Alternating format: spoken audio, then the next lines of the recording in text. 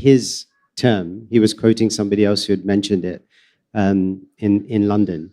And this idea where he was speaking about how we can encouraging devotees to preach in that way with courage. And so he referenced this idea of, with the courage of an Englishman or an English officer and the heart of a Bengali mother. I think if we think about the idea of giving Krishna consciousness with courage, Amogh Lila Prabhu was speaking about it yesterday, like this idea that where does that courage come from? And for an English officer, I'm not sure, like their courage may have come from arrogance, it may have come from the empire, it may have come from so many things.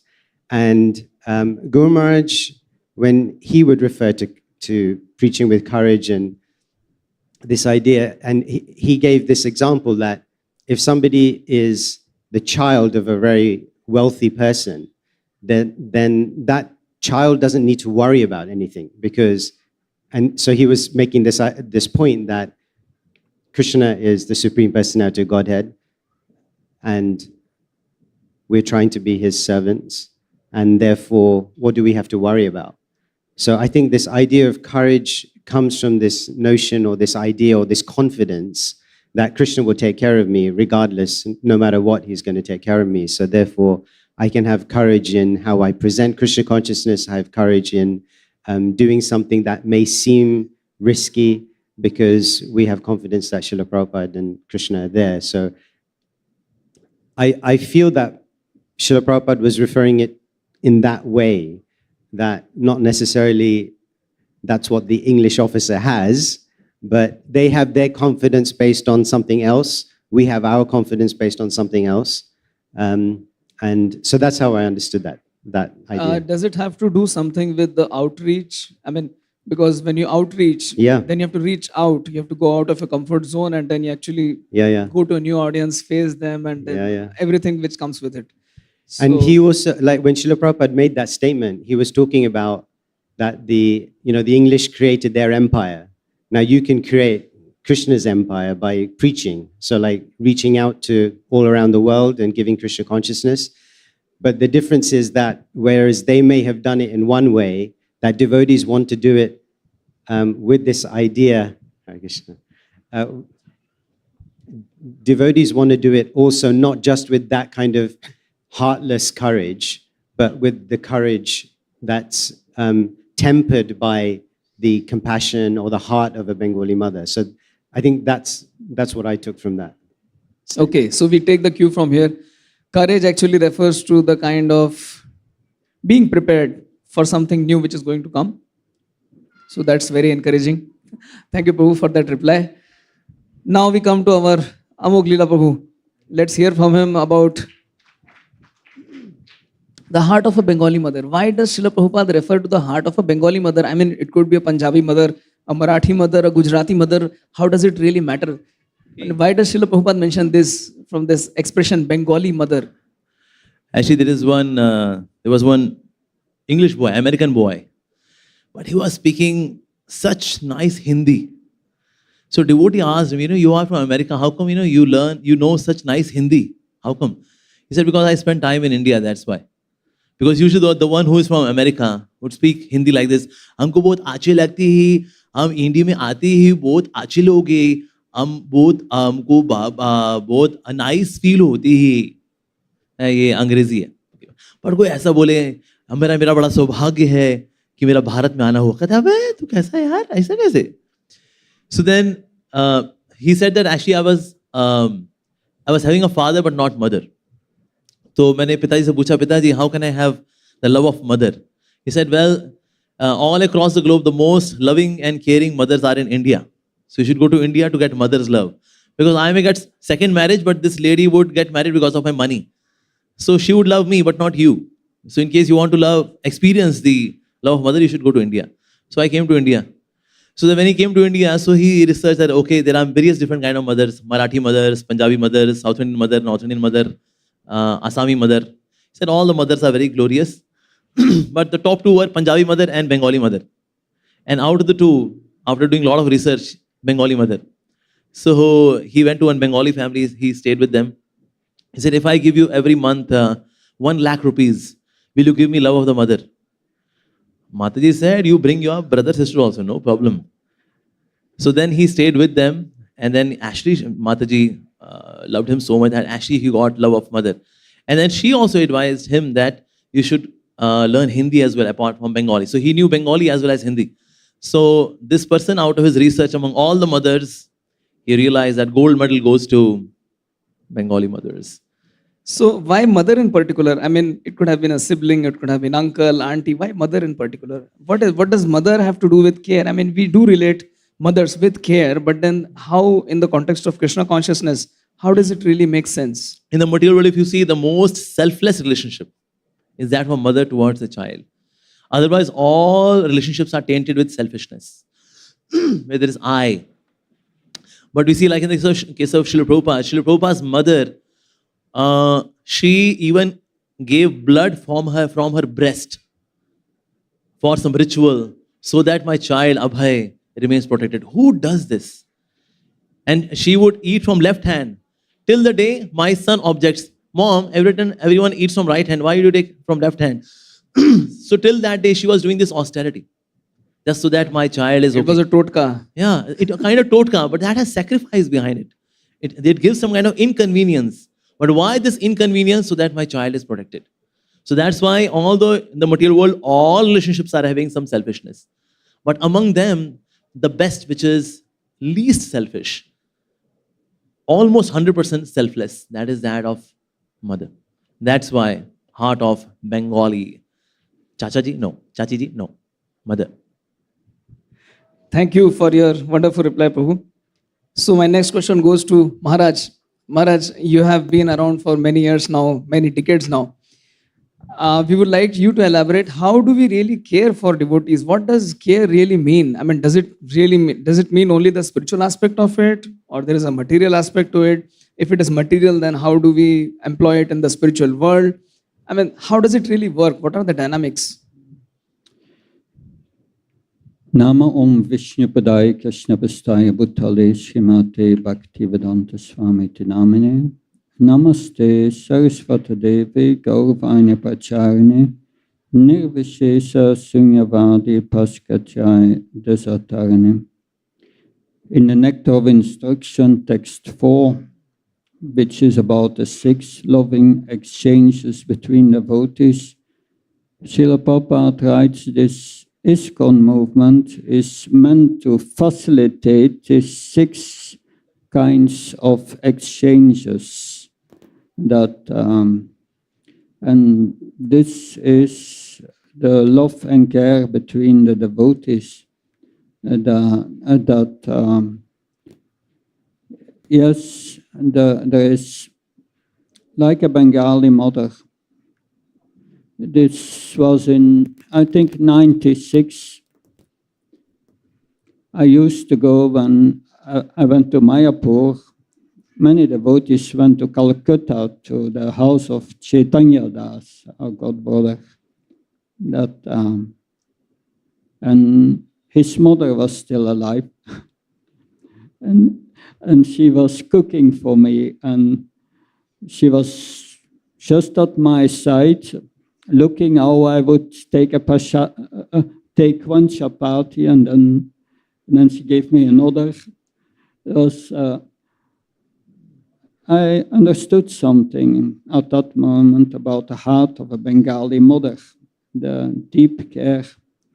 And that deep care is very important, that our process of devotional service means we are associating with each other, we are doing together Krishna conscious activities with the purpose of developing friendship with each other. This friendship is very important aspect, and that I was in Radhadesh at the Brahmacharya ashram with Yadunanda Prabhu at that time, now is Swami, and we developed a very deep friendship. And I understood the importance of developing friendship, and If you have friends, means you care for each other. That's natural. So it's important we cultivate friendship. That deep friendship will help us to flourish in Krishna consciousness. Because your question was, how do we take care? In Bhagavad Gita, there is material svadharma and spiritual svadharma. Spiritual svadharma means our sadhana, our practice, and so on.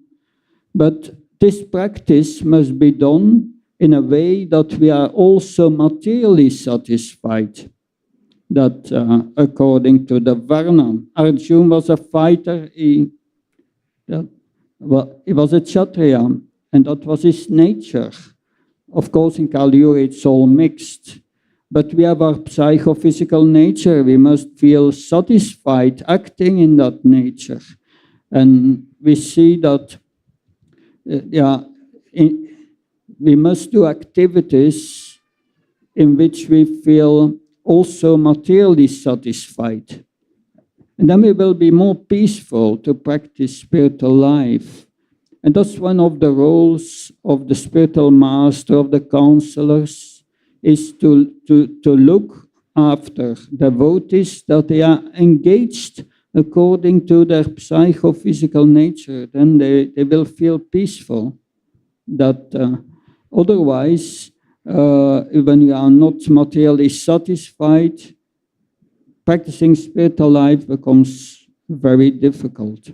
We cannot just transcend our condition. And that's part of the taking care of devotees.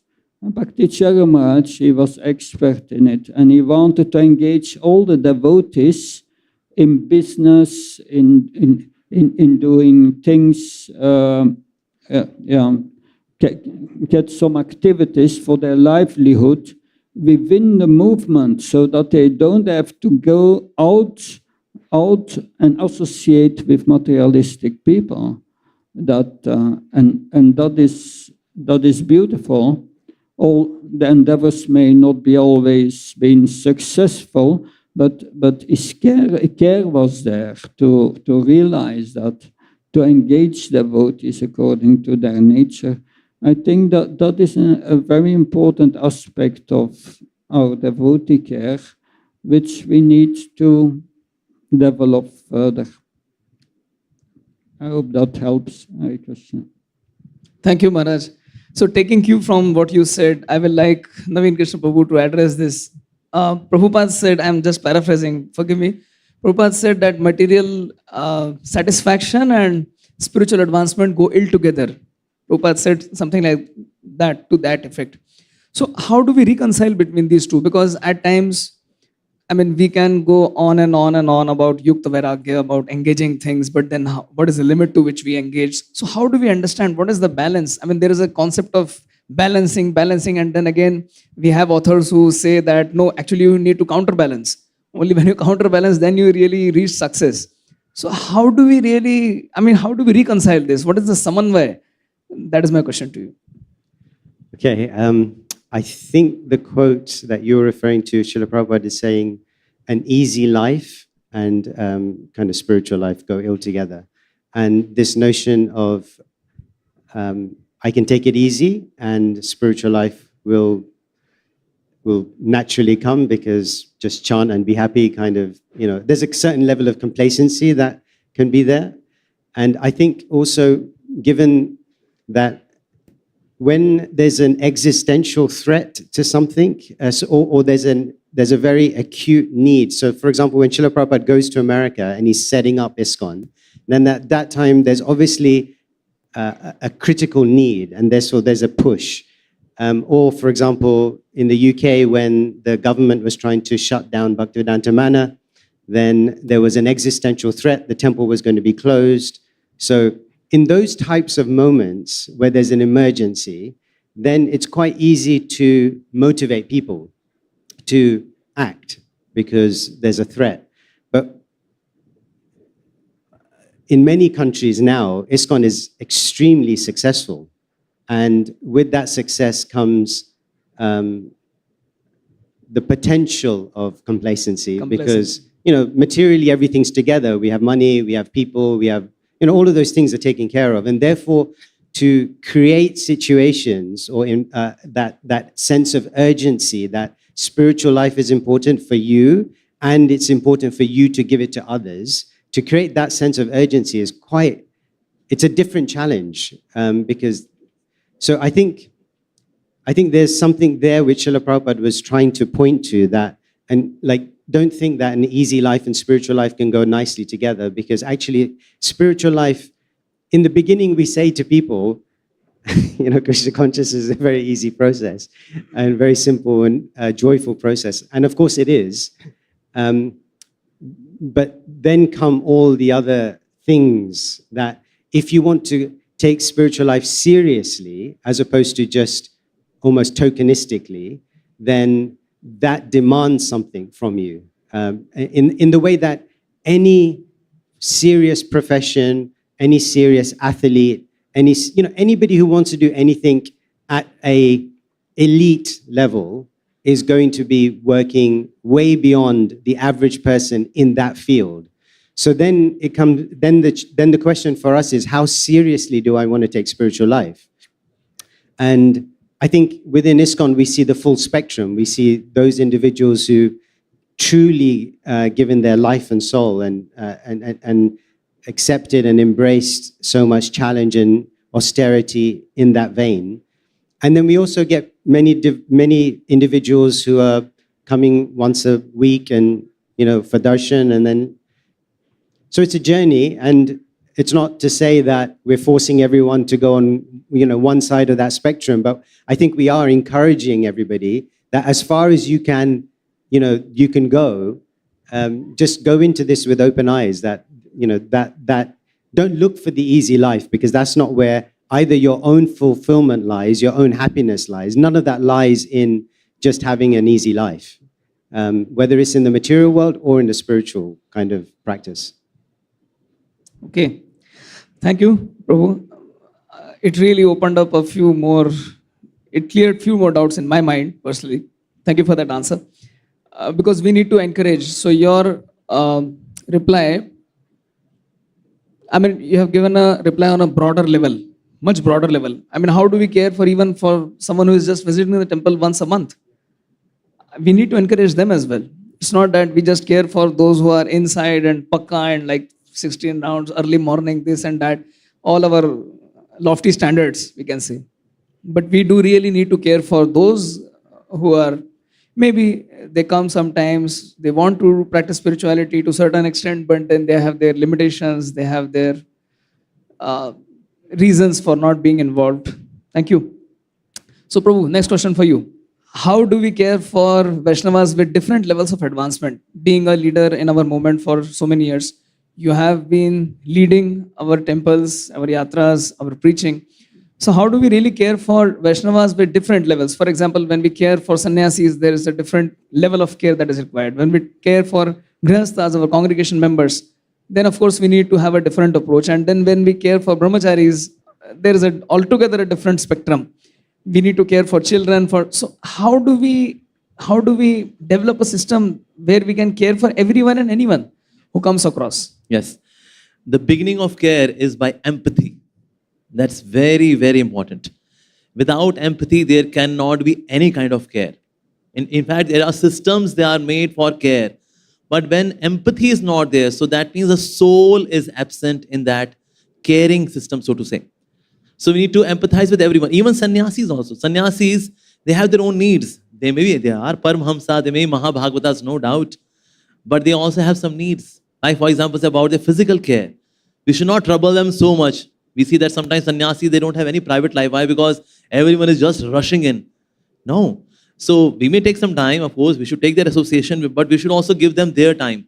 A sannyasi wants to read more, hear more, contemplate more, spend time in holy dham. Because throughout his life or her life, they have given their lives. So those senior Vaishnavas or Vaishnavis, now they also need more time so that they can read more, chant more. They want that. They also want some time for their health. Every day, maybe 1 hour for yoga. so that they can keep themselves physically fit, so that they are there on the planet for a longer period of time, to serve the mission for a longer period of time. Companionship.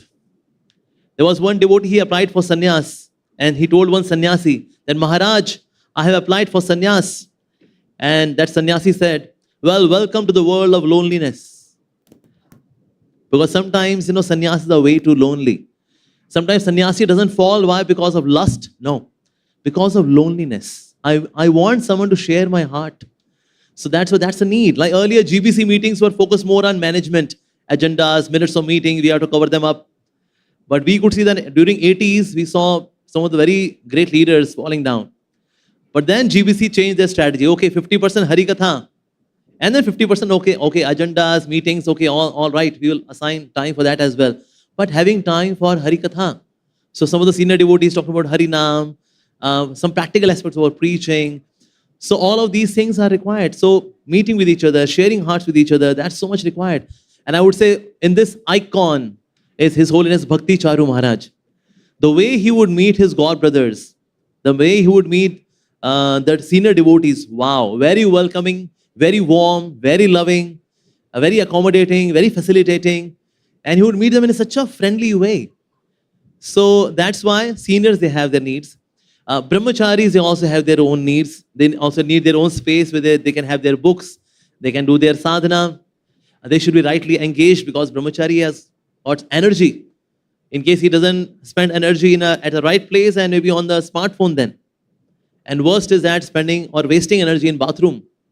So, but energy would be spent somewhere. So energy has to be rightly engaged in a case of brahmachari. Brahmachari should also take care of the health.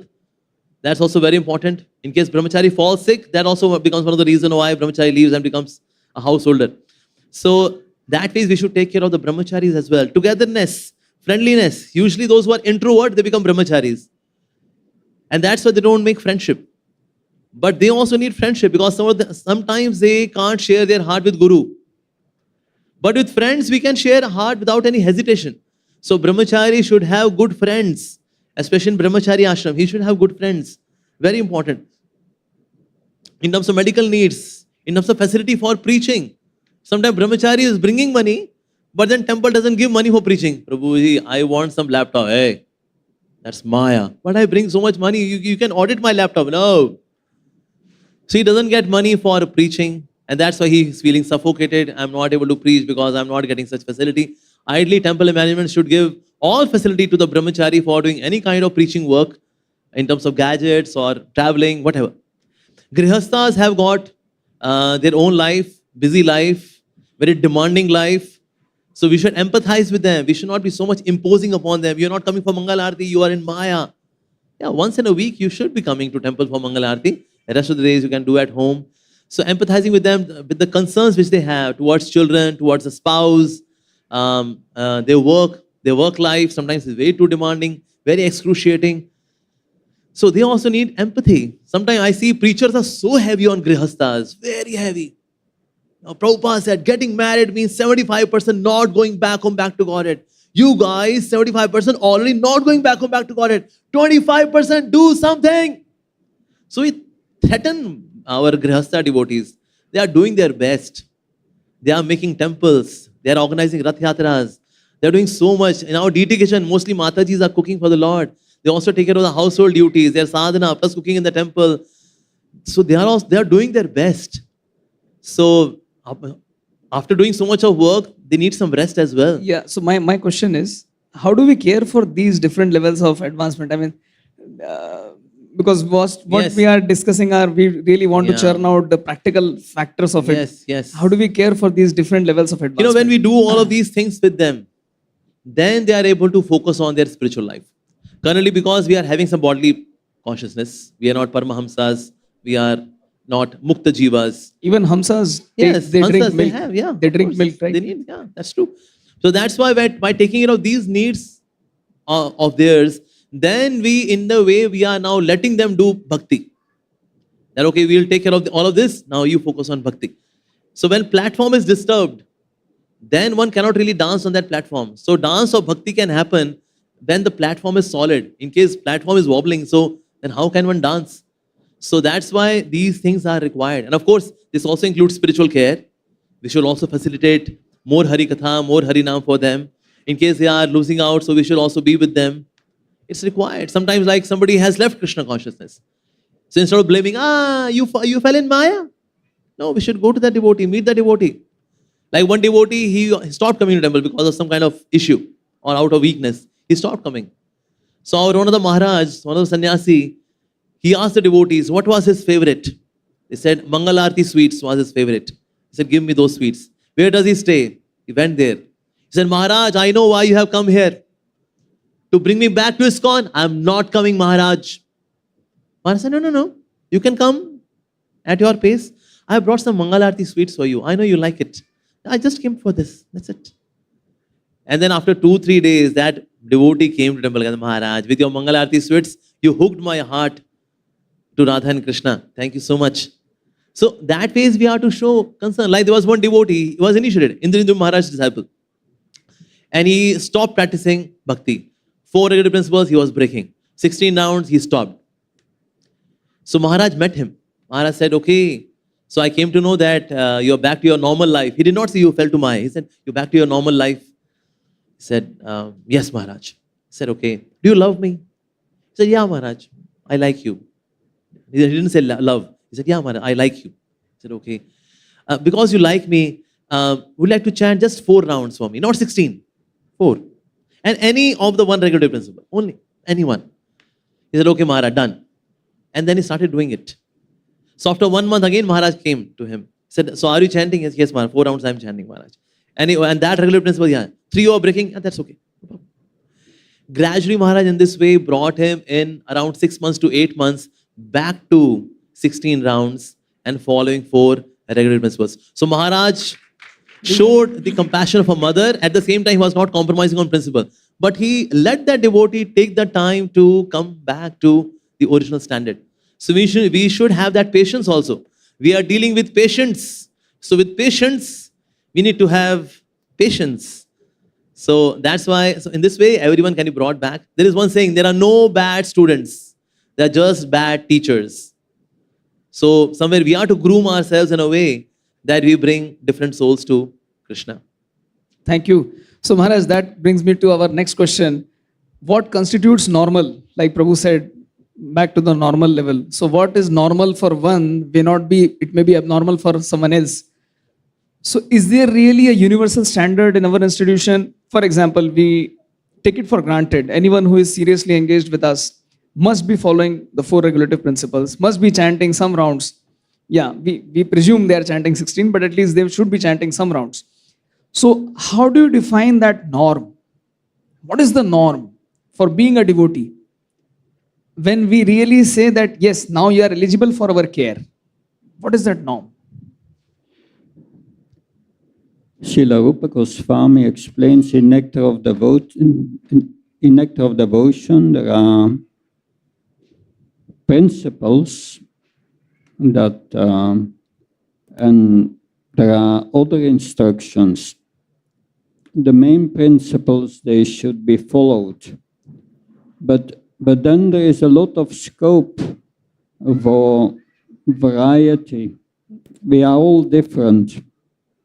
We are all Krishna Das, a part and parcel of Krishna.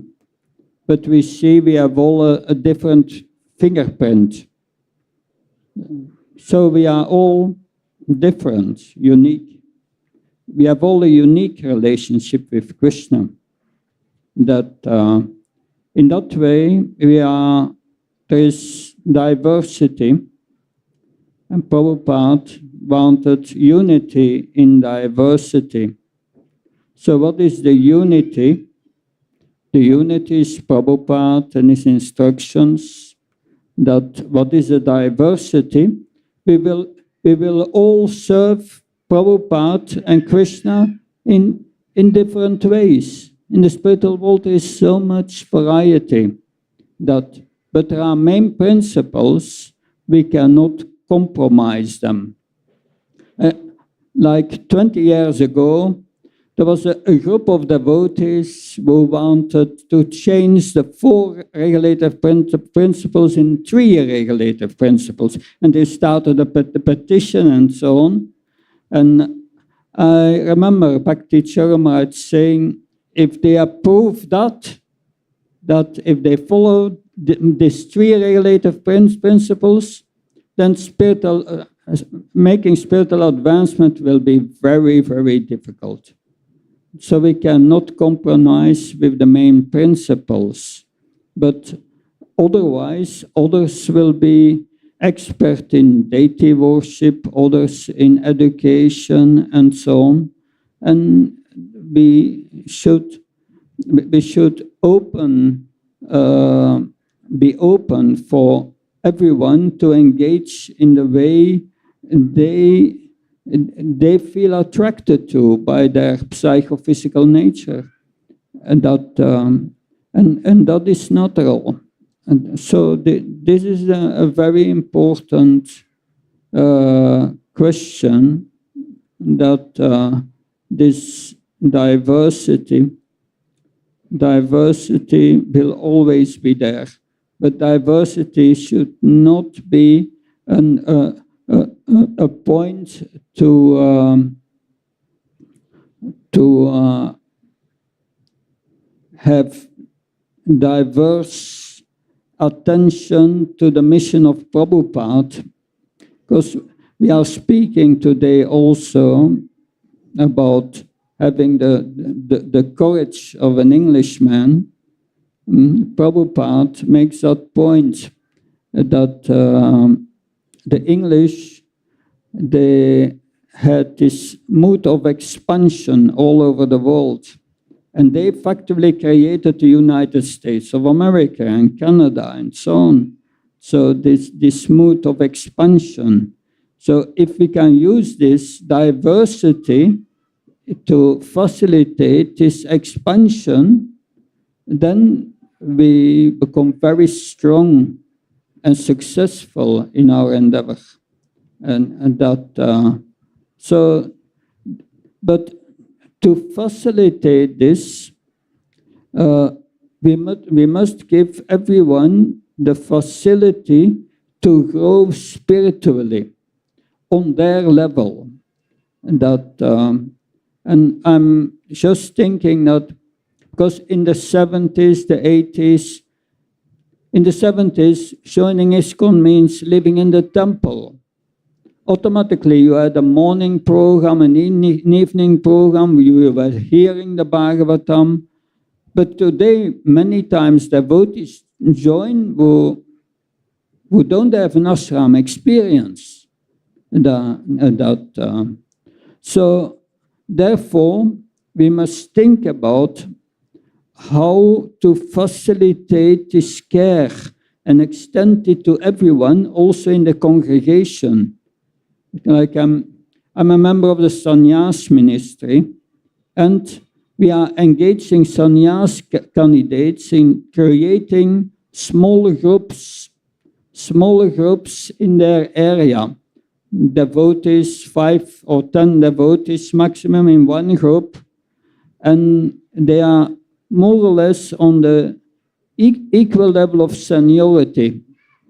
And they come together once a week, twice a week, and they discuss the scriptures. And they have lively discussions among themselves how to practice. They practice it in practical life. And they take prasadam together. And what is the practical result of that? They are supporting each other first in their sadhana, and then from that, friendship develops. And from that friendship, the desire to serve together develops. So if everyone lives in the temple, you have that automatically.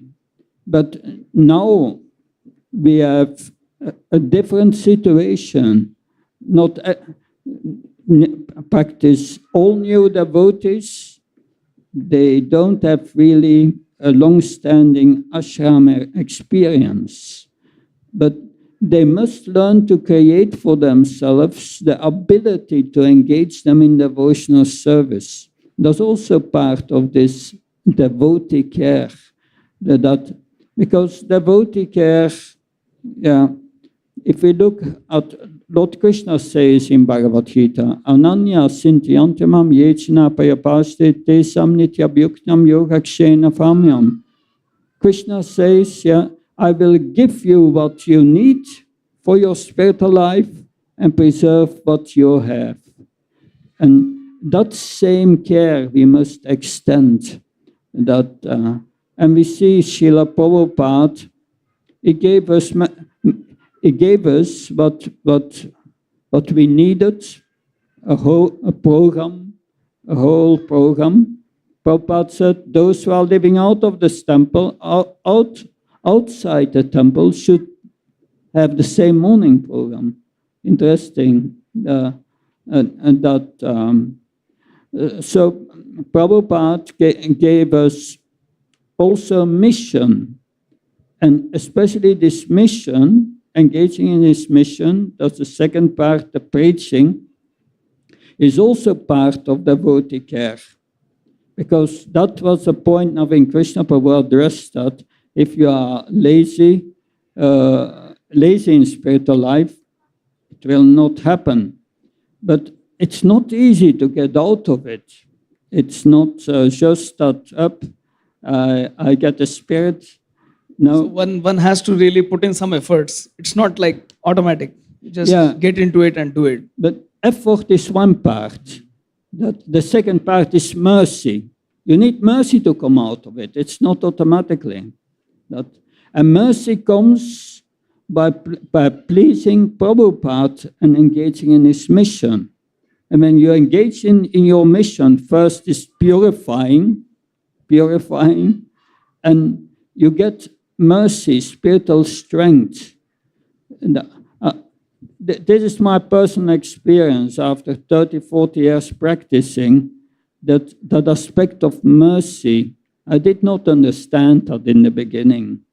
But it's so important, the mercy of Guru Maharaj, the mercy of Srila Prabhupada, because that's where the spiritual power comes from. We learned that also in the Bhagavatam. Even Bali Maharaj was worshipping Sukracharya. He got spiritual strength. And King Indra, he offended the spiritual master Brihaspati, and he lost all strength. And that is very important. The Prabhupada was especially empowered, and he was carrying the mercy of Krishna, and he's giving that to us in the form of his mission. If we engage in his mission, we get empowered. So Maharaj, in essence, if I get it wrong, please correct me. It is the leaders as the facilitators of mercy. That is what you mean to say, right? As leaders, we should facilitate mercy. Yeah. Is that the right expression? That is true, but then the question is, who is a leader? Prabhupada said, who is a leader is one who is strictly following that. Leader does not mean manager. That's another thing. Managing can also be spiritual, nice. That's no problem. But the strength comes, or the leadership comes by following strictly and showing others how to follow, giving the example that Achar and Prachar we heard yesterday. So one leads by following. Yeah. Okay. So Navina Krishna Prabhu, coming to you. We have seen our devotee communities growing far and wide in different countries with different social and religious backgrounds. Someone is coming from Hinduism, someone is not coming from Hinduism. And we have seen communities coming up, so many people become devotees. But when it comes to their children becoming devotees, many times parents have kind of reservations. They think that if these children become devotees too soon, then it is not good for their career. parents become devotees. They are nice, pakka devotees, initiated, they are practicing, they are preaching, but we don't see so many of their children taking part. And you have been part of this Krishna-Vanti initiative. So you have dealt with children for a long period of time. So can you share your experiences? How do we really care for children of our movement who are going to be the future? So how do we really come up with systems where we can embed care for them? We can engage them, because more than one aspect of care, as Maharaj pointed out, was engaging them. So how do we really care for them and at the same time we engage them appropriately? Yeah, that's a big question. I think it's a super important question. I think that if we think back to all of the children who have been born in our movement, and if those children were all practicing devotees today, where would we be? I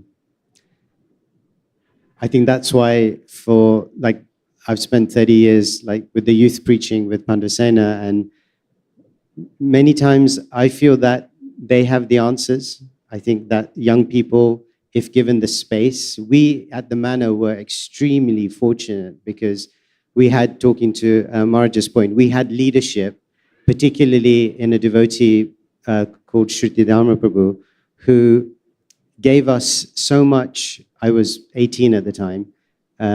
Gave us so much freedom to be able to engage in Krishna consciousness in the way that we felt would be helpful and productive and constructive, rather.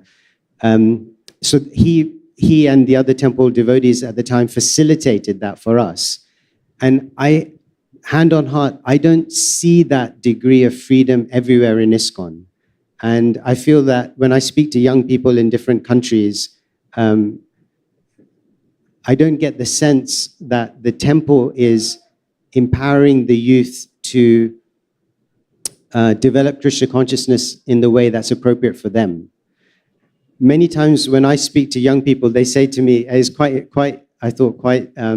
insightful what these teenagers said to me. And they said, ISKCON parents are way too strict on the things that they should be lenient about, and way too lenient about the things they should be strict about. And I thought that was really, it was very eye-opening for me. Like that, this is coming from 16, 17, 18-year-olds. And when I reflected on what they were saying, I thought, actually, that's true. I do see that. I see, that if a parent sees that their child can recite some Bhagavad Gita shloka, or they can, they insist upon them chanting a certain number of rounds, all of those types of external things that are it's kind of like people have designer fashion accessories. So children are considered accessories in the material world, but also in ISKCON, sometimes children can be accessories because how my child behaves in a public space reflects on me, my false ego. How they reflect in my house is a different issue. And I think that sometimes we're just not real enough in terms of what that child actually needs versus what I may think that they should need. And there's a big difference there often. And I think that we have a lot of maturing to do as an organization, as an organization, but more importantly as a community, in terms of what do we feel are the kind of ways in which that diversity within children can be accommodated, but also that we are encouraging them in their spiritual life. I'll just give you a very quick anecdote to give you a sense of this. When my eldest son was born, so Guru Maharaj did the grain giving, and then when my youngest was born, he came to do the name giving. And by that time, my eldest was about 3 years old, 2.5. So my wife, she's a disciple of Shiva Maharaj, and that's she's quite fundo, we would call it in the West, very strict. So she was saying to Guru Maharaj that, Maharaj, when do I get him to chant rounds? What time should I wake him up? what time should, like how many Mangalarti should I be going to? All the kind of standard ways in which we think about practicing for a child. And Guru Maharaj was like, no, you don't need to do any of that. You just need to shower your love on this child. So then she went back, but Maharaj, like, what about this? Or what about... And 3 times Guru Maharaj said, you don't need, like, you just need to love this child. Naturally, they'll take to Krishna consciousness. And I think, like I said, from my perspective, I think that often we focus on the wrong stuff because it's actually an insecurity that I, as a parent, have, that if my child doesn't show the symptoms of being a devotee, what does that say about me as a parent or as a devotee? And therefore, to try and at least acknowledge that and move beyond that so that we can make decisions that are best in the best interest of that child, rather than all the other stuff that we feel, the world needs to see. Does it have something to do with quantifying everything? I mean, as in we have grown up with a rational kind of education. So we want to measure everything. We want to have something tangible. So as you mentioned, because the parents, they see their children as an extension of their ego. So if they can't really measure, for example, what time you get up. So if you can't measure it, then it's not worth it. So is it due to that kind of background which we grow up in, the kind of education we are exposed to? Of course, that has some impact on our outlook. But then how do we see it from a Krishna conscious perspective? Because, say, for example, Prabhupada said, we measure the books that are going out. We need to measure the number of devotees that we are making. We measure our rounds, Sankhya Sankirtan. So everything, there is always a tangible aspect of it, which we can really measure and quantify. Now, how far do we apply that quantification when it comes to giving care? For example, big companies, when they are having their CRMs and all, so they measure how many gifts we have sent and even they quantify. So is really quantifying the answer, or we are just trying to push too much? I think quantification and a kind of a reductive approach to life is definitely a westernized kind of, philosophy, and that's obviously spread around the world in terms of culture. So that's definitely there, and it's in the psyche. I think one of the ways it manifests, and one of the ways I most recommend to parents to think about differently, is generally there's this imposition in terms of what the child should be doing, and they're trying to impose that regime on the child. What is extremely lacking in parents generally, but also in devotee parents, is the conversation with the child. So the quality of the conversation that exists between a parent and a child, particularly under the age of 8, but because under the age of 8, it's less philosophical. But at the point of 8, it can become more philosophical because the child psychology develops in that way. So that's why you have the transition between the mother and the father at age 8 from a Vedic perspective. So we put far too less emphasis on the quality of the conversation rather than, is the child reading, for example? Okay, fine, the child can read for 10 minutes. The child may be chanting on their rounds for 20 minutes, whatever they may be doing. But how many minutes are you having a proper conversation with your child? Because in my experience with young, primary school age kids and secondary age, the most impactful, effective time to your point, Prabhu, yesterday's class about the one-to-one preaching.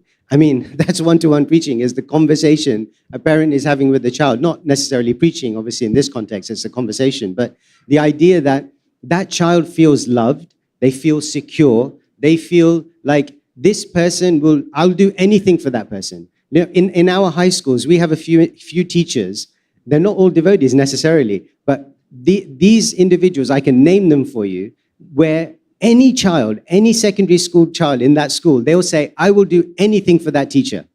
On the external, the person is so super strict or whatever they may be. And I was saying to them, why do you listen to this teacher and not that teacher? And their response was, because we know this person will do anything for us.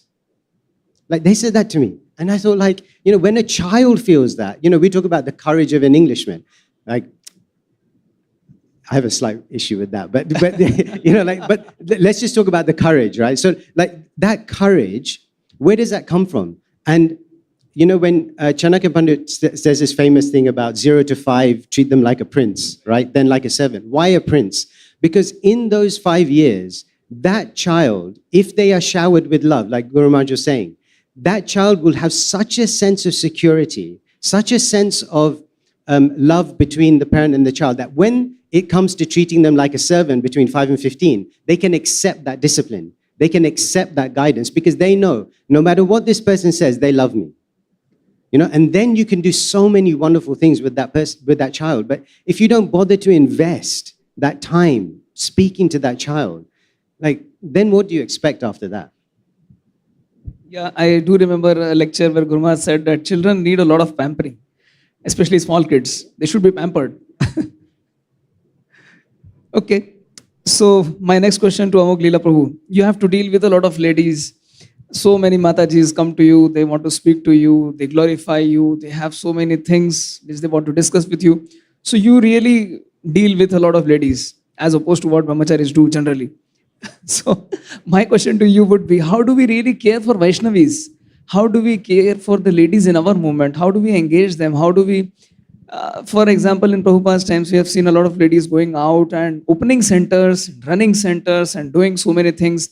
Now in today's context, how do we apply those same principles? How do we encourage this 50% of our movement so that they can contribute even more rather than just serving in the deity kitchen, devotee kitchen, doing that regular stuff?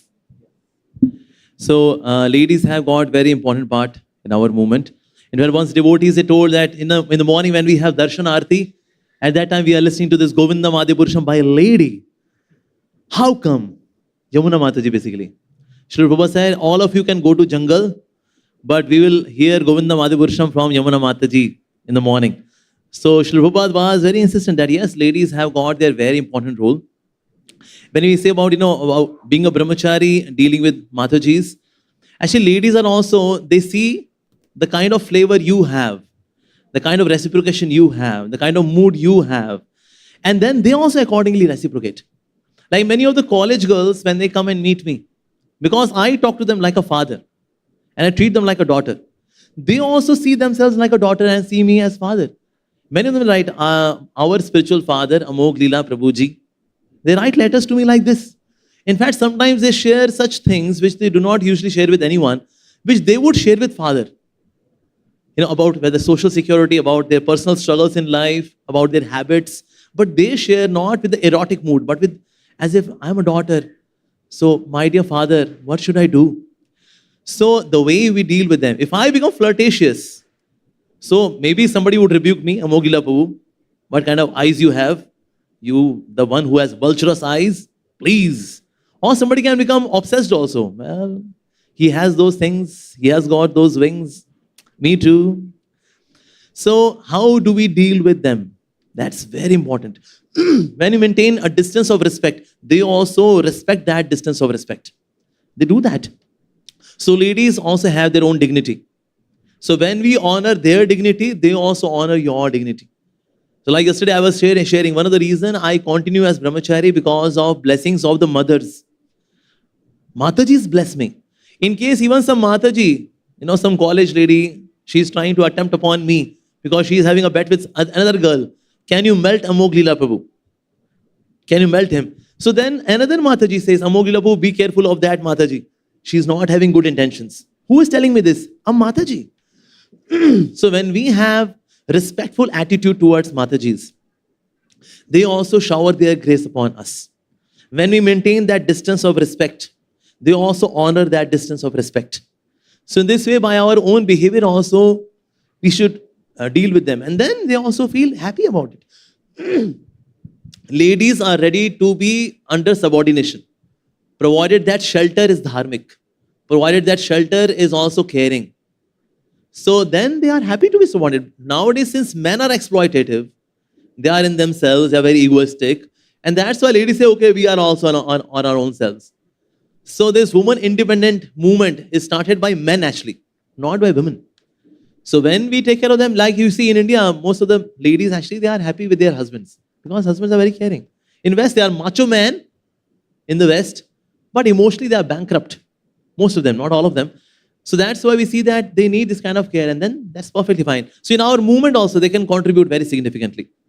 Like yesterday, I was sharing some of the examples of Nitai Sevni Mataji. She's doing fabulous preaching. Today, she would be addressing the devotees about, I think, 64 qualities of Krishna, something like this. Maybe 26 qualities of a devotee in the life of Srila Prabhupada. How 26 qualities are there in Srila Prabhupada with pastimes of Srila Prabhupada. So Nitai Sevni Mataji, she is doing It is preaching. about 26 qualities of Srila Prabhupada. Yes, 20? 26 qualities. 26 qualities, yes. So 26 qualities of a devotee, how do they reflect in Srila Prabhupada's personality? So she would be addressing that. So we have preachers like her. There are many Matajis, they are doing school preaching. They go to schools, they address the students. And this way, students right from their budding state, they are getting values. So Prabhus, when we enter the school, we are stopped. Kahan ja rahe ho tum? Nahi ja sakte. But when Matajis come, yeah, aiye, please come. Yes. So Matajis are allowed to go inside the school. We are stopped because of the saffron or dhoti kurta.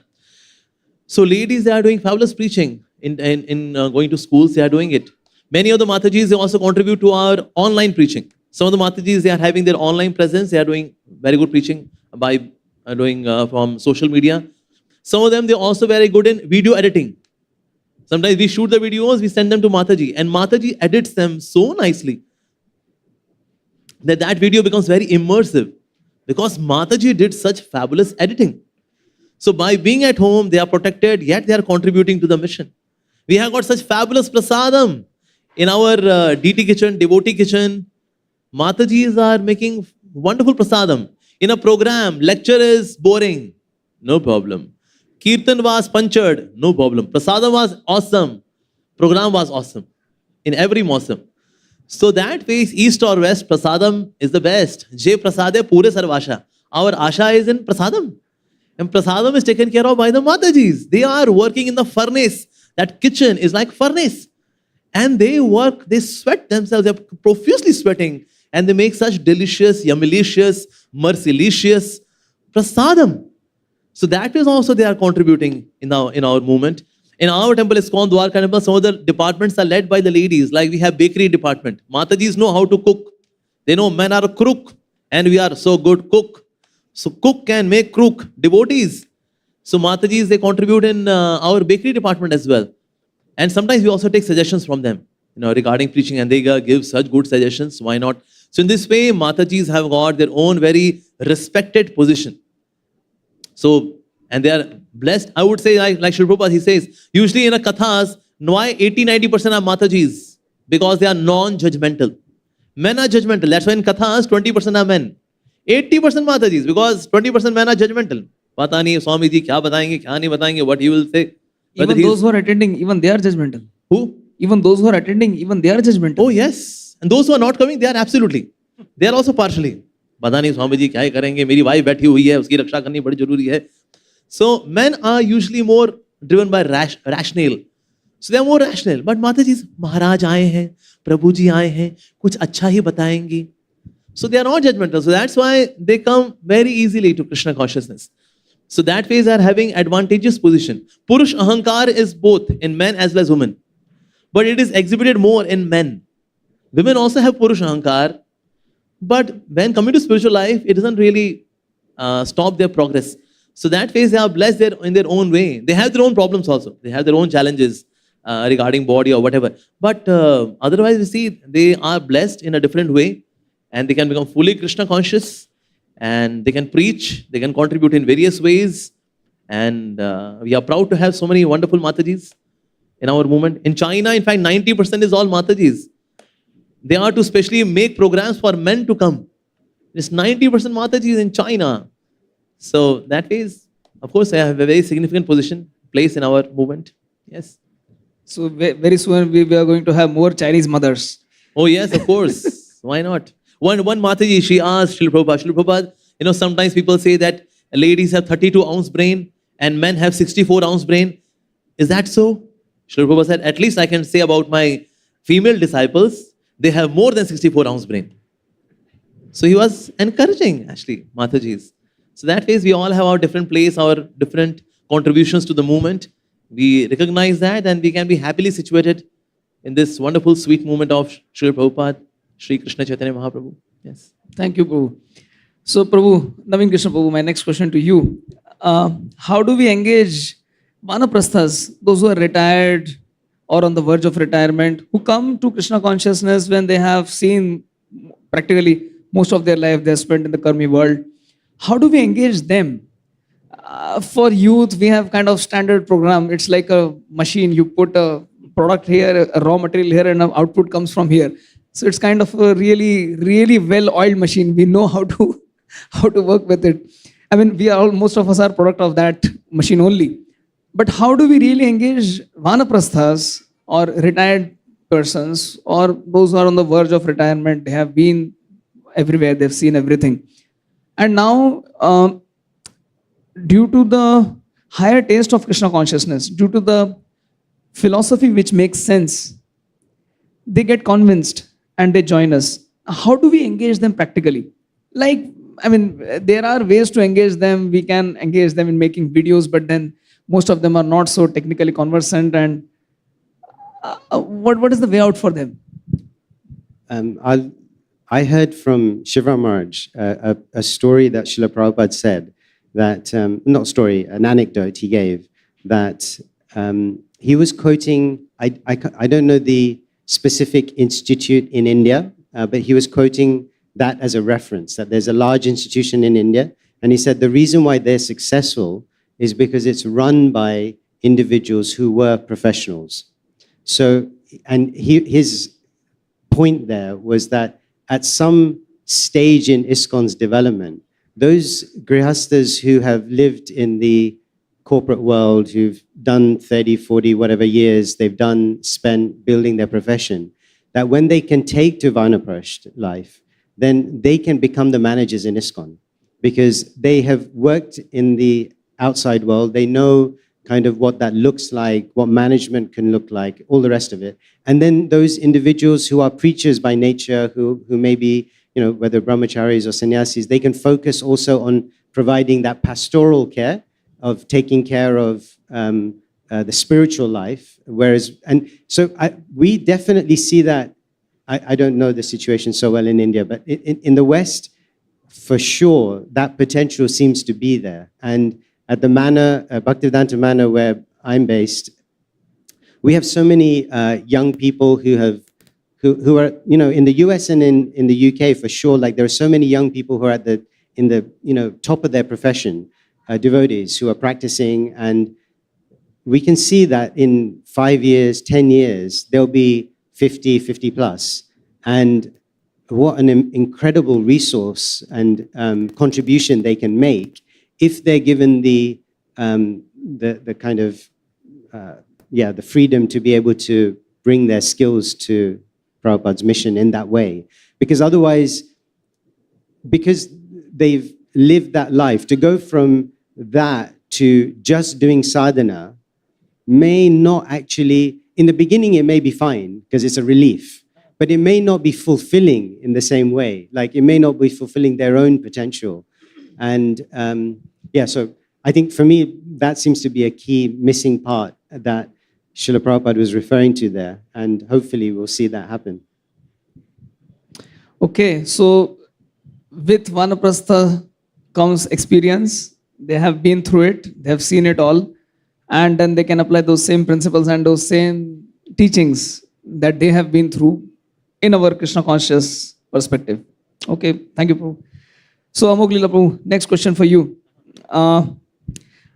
Yesterday you were talking about Gen Z, how they get spoiled and how they get irritated very easily. You can't give them any feedback, and it's a nightmare for a manager to deal with Gen Z. But then who else are our candidates? If you are going to preach to the youth, it's only Gen Z and then Gen Alpha or whatever they call it. So how do we really deal with these people, so-called Gen Z? Does it mean really flattering them, pampering them, or encouraging them? What care constitutes of? We have spoken about so many aspects of care. We need to engage people according to their nature. they have their needs, and then, but how do we deal with this kind of Chudail or Apsara generation, because they grew up with that, practically speaking. Maybe we grew up before that, so we were exposed to it quite later. But then those who really grew up with these gadgets and devices, and because all of us preach, when we deal with a Gen Z kid, they can't even hold a simple conversation for 5 minutes without looking at their phone. So how do we really care for this kind of generation? Now, so Shastras, they mentioned that the core need of the soul, the core need, the core of the core need is to love someone and to be loved by someone. This is our core need. Other needs, they come later, but this is our core need. So even Gen Z, Alpha, Beta, Gamma, Theta, they also have this core need that somebody should love them, they should also be able to love someone. When this need is fulfilled, then this would bring a kind of satisfaction in them, fulfillment in them. So somewhere they need that. So that means firstly we are to listen to them. Often we are way too educative. You do this, you do that, that's your mistake, that's your fault. We are way too imposing upon Gen Z. And that's why Gen Z becomes rebellious. Hey, excuse me guys, who are you guys? We can explore, we have knowledge from ChatGPT. Who are you to educate me, man? So they can't really listen to you. Why? Because first they need to be listened. There's one saying, before asking the hand, first touch the heart. First we have to touch the heart and then we ask the hand. But we are doing the other way around. We are first asking the hand. Hey, you're not contributing, huh? Hey, he's not contributing. Alpha, beta, gamma, theta. Hey? But first we are to touch their heart actually. That means we have to spend time with them. We have to listen to them. We have to listen to their problems. And then we also present a logical, sensible, practical way of Krishna consciousness to them. And then they come. Like many of the videos when I talk about procrastination, that's their disease. Addiction to mobile phones, that's their disease. Breaking relationships, that's their disease. Restlessness, chaotic thinking, that's their disease. Bad health, that's their disease. Seasonal Insecurity depression. about future, that's their disease. Nowadays it is seasonal depression. Seasonal depression, that's their disease. So when we talk about their ailments in an empathetic way, in a connecting way, in a logical, sensible way, and when they listen to it and they get benefited also, then the person can recognize that here is a person who is a real well-wisher. I was in a well with a wish of the snake of digital media, so well-wisher. But now here is a spiritual well-wisher who is taking me out of this well and will actually make me well. All is well. Because of the association of this person. So when we do this, then even Gen Z would listen to us. I'll give you one example. I was in Ramjas College. So I had my discourse there. But then the organizers, they realized that day was India-South Africa 2020 match. So certainly they are going to watch the match. How come they would listen to a monk?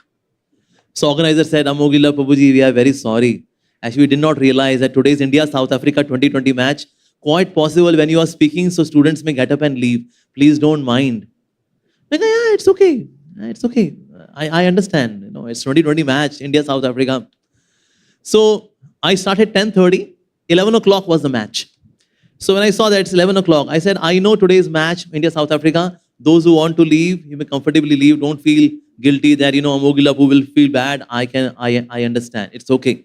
So those who want to leave, they can leave. Although I'll miss you. But I also understand it is India-South Africa 2020 match. And then maybe 5-6 students, they left from behind.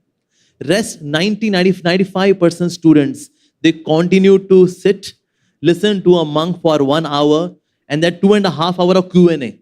That means now match is over. India-South Africa 2020 match is over now. They could also get away, once the session is over now, let's go at least some part of the match. But they did not go. Organizers had to come. And excuse me, students, now the time is way too up. It's over now. But they are listening to a monk. In parallel, India-South Africa match is happening. This is Gen Z. They're Gen Z. So when we talk about them, their lives, their concerns, their struggles, when you talk about that, then they know that whatever would come would be for our benefit. Then they would come. Second is that they need role models. You see, Gen Z, they have their role models. It can be Tom Cruise, Brandon Fraser, or Ranbir Kapoor, Johan Abraham. or maybe Jacqueline Fernandez. Why? Because they are their role models. Most of them are very old now, bro. Yeah, of course. Latest ones, more are coming. So now, when they have these role models, so they have their posters in their rooms because they are my role models. But when we have spiritual role models, they will have spiritual role models posters also in their rooms. It is just that somehow media has subdued these kind of role models, and we have to bring that we are role model. That means what we say, we practice as well. When they see such genuineness in a person, they actually feel connected. I'll give you one more example. I was in Jantar Mantar. We were protesting for this Bangladesh thing. And as we were protesting, so some boys from Delhi University came. So they have a club of 1,000 students in Delhi University. They came to meet me in Jantar Mantar. He said, Amogh Prabhuji, we came to know that today you are coming here for protest. So we are there with you in the protest. But we also came to say thank you to you, because after watching your videos, our 1,000 students club who were left-wingers have become right-wingers. Earlier we were non-vegetarians, we have become vegetarians. We were non-believers, we have become believers after watching our videos. I did not say, I didn't give this example to praise me, but just to say that when we talk about relevantly, with relevance, with connection to Gen Z, even their ideologies, their thought process, their value system can be changed. It's a difficult task. It can be mission impossible, but mission impossible becomes mission possible by the mercy of Srila Prabhupada, by the mercy of the dedicated followers of Srila Prabhupada. So it becomes possible actually. So that's why Gen Z, they have their they have their own difficulties, but it is not that they are impossible cases. They are difficult cases, but they are not impossible. But there is a way. As I told you, there are no bad students. They are just bad teachers. So we have His Holiness Bhakti Maharaja amongst us from Vrindavan Dham. So we very warmly welcome. Maharaj ji, aapka hardik swagat. Jai Ho. He is a true Brajavasi whose heart is Vrindavan Dham. Welcome Maharaj. Hare Krishna Maharaj. So Maharaj, my next question is to you. Prabhu was talking about how we focus on their problems. So in effect, what I understand from this discussion is caring is more about you rather than me. So is it only about you and me? Then where is the Krishna factor? I mean, what about Krishna? Because in India, we had this cinema. We know that famous cinema, Pati Patni and Wo. Ab yahan Pati Patni to nahi hai, but you, me, and then what about Krishna? So we are discussing about devotee care, and it is about the needs of the individual. We need to understand the individual. But is it in relation to Krishna always? Or is it about the individual? How do we understand the dynamics of it? Mm-hmm. Spiritual care starts with understanding who we are. If we don't understand who we are, we cannot act in our own interest. It's not possible. And we cannot act in the interest of others either. So first, we have to understand our own position, our real ego, and therefore spiritual education is very important. Because Krishna consciousness means developing love for Krishna, but all living entities are part and parcels. It's not that I'm going to develop love for Krishna, but not for this devotee. That's not possible. So we must learn to love the devotees and develop good relationships. And as we make spiritual progress, we start gradually to understand love means pleasing the beloved. Do everything to please the beloved, even sacrificing oneself. That's pure spiritual love. And so it is a tough process to come to that point, because in the material world, everyone seeks his own interest.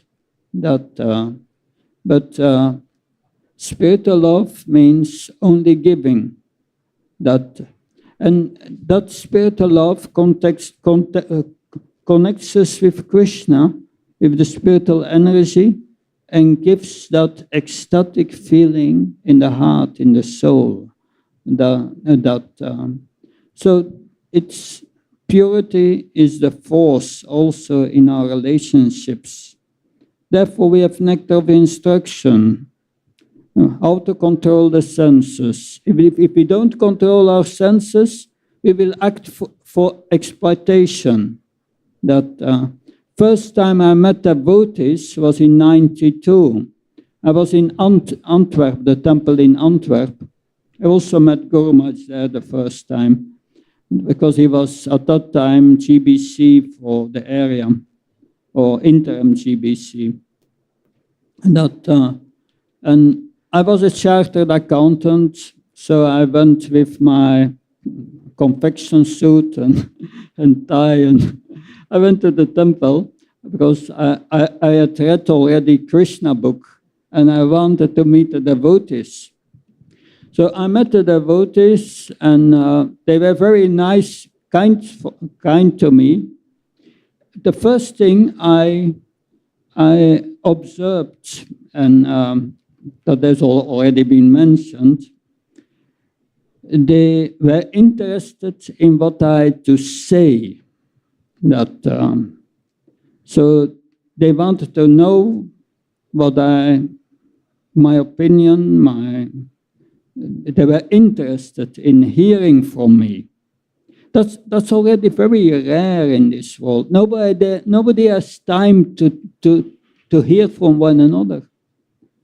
So, and then they were offering me sweets, very nice sweets. So you get a sense this person likes me, loves me. But then, of course, I was not a devotee. I tried to go into that direction, but my mind was saying, they are so nice with you, but what do they want from you? But I could not find any motive to exploit me. And that makes the relationship very nice, spiritual. So Nectar of Instruction says, text 2, things not to do. Text 3, things to do. But because by that, we create this selfless mood of service. And then we can come to the fourth verse of Nectar of Instructions, Dadati Panihinanti, Akyamakyati Prichati. So these 6 loving exchanges of devotees. And I think this is important. We are cultivating that. Prabhupada said our movement is meant for that, for cultivating these loving relationships. But to come to that point of selfless love, we must get rid of our false ego.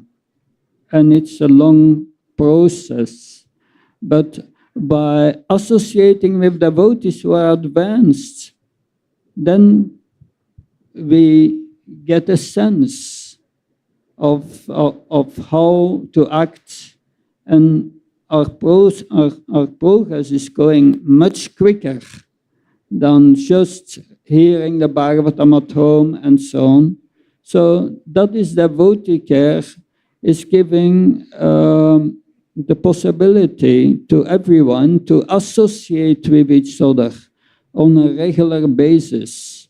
And we are also trying to do that in the Netherlands, because after Guru Maharaj left, and a few years later, Kadambakana Maharaj left, and he asked me to take care of certain of his disciples. But I'm preaching more in the Netherlands now to support them, because Kadambakana Maharaj spoke Dutch. I'm the only Swami who speaks Dutch.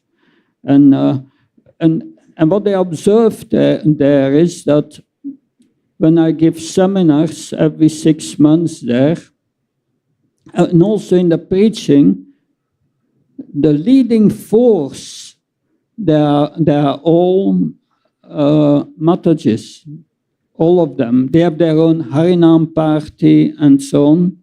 And I try to take care of them through these seminars, but also, because I'm a sannyasi, I cannot go directly in their issues, but with their cooperation, I set up a system of different Matajis who are counseling other Matajis in certain aspects. And it's a beautiful cooperation it shows the power of cooperation, and they have created a beautiful relationships with each other, and that is their power to preach. Also, Guru Maharaj always has repeated that if we cooperate with each other to please Srila Prabhupada, that is will show our love for Srila Prabhupada. And I feel that is a very good experience there with that principle. And they are really cooperating and developing these loving relationships. And these loving relationships lead to sharing one's mind with one another. That requires faith. That requires friendship. You cannot do that to just a senior devotee because he's a leader in our movement. No, you have to develop trust and friendship and that. Okay, so Maharaj was talking about relationships. Naveen Krishna Prabhu, my question to you is, you have spent your life practically in the UK, and you have you have been part of that team who developed a very nice community there. You have heard about Srila Prabhupada. Can you share some incidents from Srila Prabhupada's life wherein we see he is embedding these principles of care in a broader context? And of course, you have spent time with Guru Maharaj, and it is Srila Prabhupada Memorial Festival, so definitely we like to hear from you some personal anecdote wherein you could see that he is an embodiment of care, Guru Maharaj. At the manor, we have Srila Prabhupada's rooms. And so his living area where he met with some very famous people, including George Harrison and others. We have his bedroom, and we have the bathroom there is also preserved. And those are my favorite rooms in the world. And if you ever are present in those rooms, you can, Srila Prabhupada is very present there. And many of the stories that you hear of how he was just bringing people from the UK who had never heard really of anything to do with Krishna consciousness closer. It's really quite incredible, just in terms of how much he was extending himself, what types, so for example, there was this Formula One driver who came to see Srila Prabhupada. He used to live near the manor. So he came to Srila Prabhupada, and I don't know exactly for what duration, but for a very long time, Prabhupada was talking to him about cars. And you think, why is Srila Prabhupada talking to him about cars? But obviously, something there built a connection between Srila Prabhupada and that individual. And in so many other instances, there's unlimited numbers of examples like that, where Srila Prabhupada is reaching out to somebody, not from the position of the acharya and the spiritual master, but as one individual to another, which builds a relationship of affection. There's something that person starts their spiritual life in that moment where they develop some attraction to Srila Prabhupada. They develop some affection. And, one person like that was, he was the sculptor for the royal family. So they would do on the British, in the currency, there's the portrait of the Queen. And so he was the one who would draw that. He would do sculptures and paintings, or portraits. And So he also spoke to Srila Prabhupada, asked many questions. And from that, he took Srila Prabhupada's Gita. And while he was painting a picture, painting a portrait of the Queen, she was obviously sitting there for a long time. So he gave her the Gita. So she's reading the Gita, Prabhupada's Gita, while having her portrait painted. And she said, and she was reading it, she said something like, it's so wonderful, this idea that you can give all your responsibilities to Krishna and he'll take care of it. Like, what a wonderful idea. And I thought, like, that just comes from a personal relationship, like some form of connection that the Srila Prabhupada, representing the archetypal preacher, presents to somebody who, would otherwise have nothing to do with Krishna consciousness. And that starts their spiritual journey. And I think that's where Srila Prabhupada sets such an incredible example. Well, many places, but that's one example, small example of how Srila Prabhupada just first put the person first. And sometimes it was very kind and empathic, and sometimes it was very strong. But he understood what that individual needed in that moment to take the next step. And I think as preachers, we don't have the same intuition, obviously, as he had, because he could see into the heart like nobody else could. But at least we learn from that what we should be trying to do is understand where this person is in their own life and how can I help them take the next step rather than jumping to the goal of life. So it was less about imposing and more about encouraging. So that is what care constitutes of. Yeah, and it wasn't even, many times I guess I'm saying, it wasn't even directly encouraging in a spiritual practice necessarily. Sometimes it was just about encouraging them to build a friendship with devotees. So it was just somehow or another, get onto the ladder, get onto the process of Krishna consciousness. And if that first step is only to the extent of some affectionate dealings with devotees, then at least start there. Okay, so cultivating a relationship, that is the starting point, beginning point. Thank you. So Prabhu, my last question to you, last question of this session. How do we care for the caregivers? Because many times we have seen this, those who are caring for others, they are burnt out. They are like, they don't get to care for themselves. So how do we care the caregivers? Actually, in any spiritual organization, it should not be target-oriented, result-oriented. We should be people-oriented, actually. Because people sacrifice so much when they come to Krishna consciousness. Earlier, they used to watch movies. Now, they are not watching movies. Earlier, they used to eat outside. Now, they have stopped eating outside. So, they do a lot of sacrifice in terms of sensuality, sense gratification. They customize themselves so much. So, that's why when we do not care for such people, and especially those who are caring for people, then one day we would lose them. We can't take them for granted. Casual attitude leads to casualty. And that's why we have seen such casualties even among those who are leaders, actually. But Srila Prabhupada was very loving and caring. There are examples when Srila Prabhupada, this one devotee, he applied for sannyas. He gave up sannyas. He became grihastha. Again, he took up sannyas. Again, he became grihastha. And Srila Prabhupada still kept him as a GBC. To engage him. One devotee, Karuna Prabhu, somehow he had left Krishna consciousness. So now he had grown beard and he is wearing t-shirt, jeans, disheveled hair, completely shabby.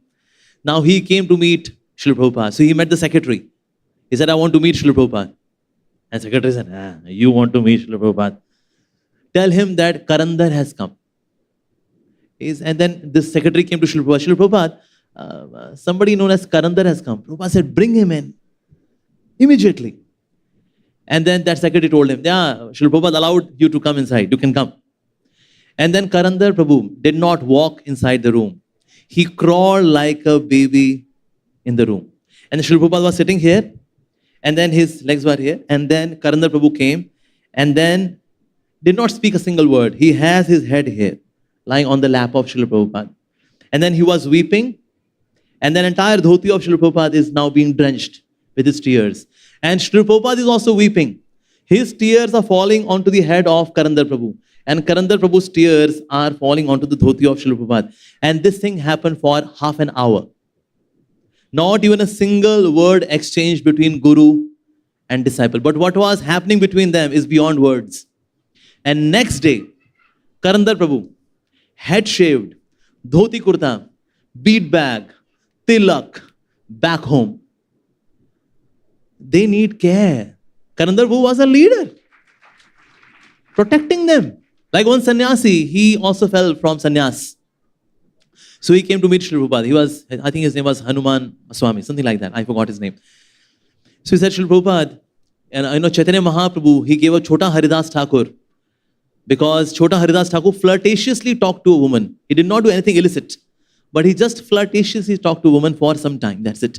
And then he rejected Chota Haridas Thakur. I did not just flirtatiously talk.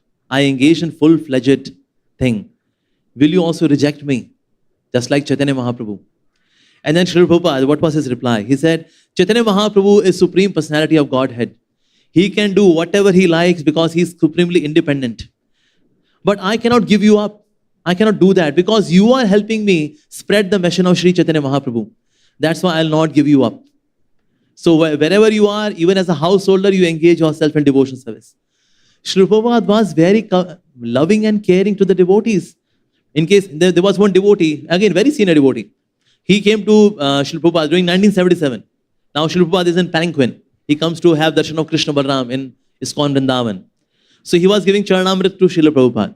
And as he was giving Charanamrit, so there was a boil on his hand. So Srila Prabhupada said, what is this? He said, Srila Prabhupada, actually I got a boil here because, weather condition in Vrindavan are quite intense, so I got a boil here. And then Srila Prabhupada said to Tamal Krishna Maharaj, 2 rupees. And then Tamal Krishna Maharaj gave 2 rupees. And then he told Tamal Krishna Maharaj, write this medicine on this 2 rupee. And then he gave this 2 rupee to that devotee. That this is the name of the medicine and the cost of medicine is also 2 rupees. So purchase this medicine, apply there. Even Srila Prabhupada, when he himself is in Palanquin, he is not able to move. His body is now completely inactive. At that time, he is caring for a devotee who is practicing, who is a pujari, who is coming and serving him. So even those who are caregivers, they also need to be forgiven, taken care of, physically, emotionally. We have to take care of them. Like those who are leaders, those who are taking care of others, we should also take care of them academically. Sometimes leaders, they are facilitating other devotees to take Bhakti Shastri, Bhakti Vaibhav, Bhakti Vedanta, Bhakti Sarbham. They themselves are not even done Bhakti Shastri. Because they are facilitating others. Prabhuji, you go to Parikrama. You do this course. I'm caring for them. But who will care for you? So somewhere as leaders, we should take care of them. Like recently, we had ILS in Mayapur Dham. It's called Leadership Sangha. So we were talking about more devotees, happier devotees. So then in that ILS session, so Gaurang Prabhu said, we should also care for our GBC members. Now they are in their 60s, 70s, some of them are in 80s. They are so old. Usually outside world, at the age of 61 retires. But our Gurujan, our GBC members, they are in their 60s and 70s and they are still working hard for Srila Prabhupada. Their operations are pending. In material world, you ask this term, pending operation. It does not exist.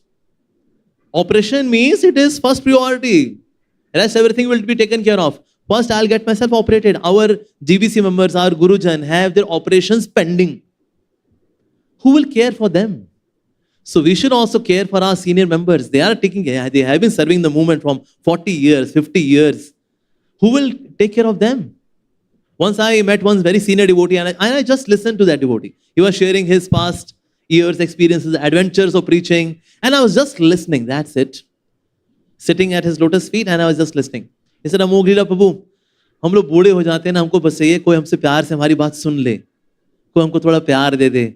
और हम बुजुर्गों को क्या चाहिए? We old people, what do we need? Little love. Somebody may listen to what has happened in our past, our adventures, our experiences of life. You gave me this. Thank you so much. You have been so kind. And then he gave me a hug. This hug is, now I'm done. That's it. So that ways we are to take care of the devotees as well. Those who have been serving in the movement, they have been preaching. Sometimes they need their own space for sadhana. Sometimes they need their own space for their health, for their relationships. They need their space. So we should provide them that space. Nor that we think that, oh, you'll have your space and you will engage in your sense gratification. We'll not give any space. Excuse me, sir, you are spaced out. We have to give space to our devotees. So in this way, those who are taking care of devotees, they are also devotees to be given care. So there should be hierarchy. The top leader should take care of the caretakers, and caretakers may take care of the rest. In this way, there is hierarchy. Like we know about the one who is expert in cursing, Durvasa Muni. Durvasa Muni had 10,000 disciples. So was he counseling all the 10,000? No, there is a hierarchy.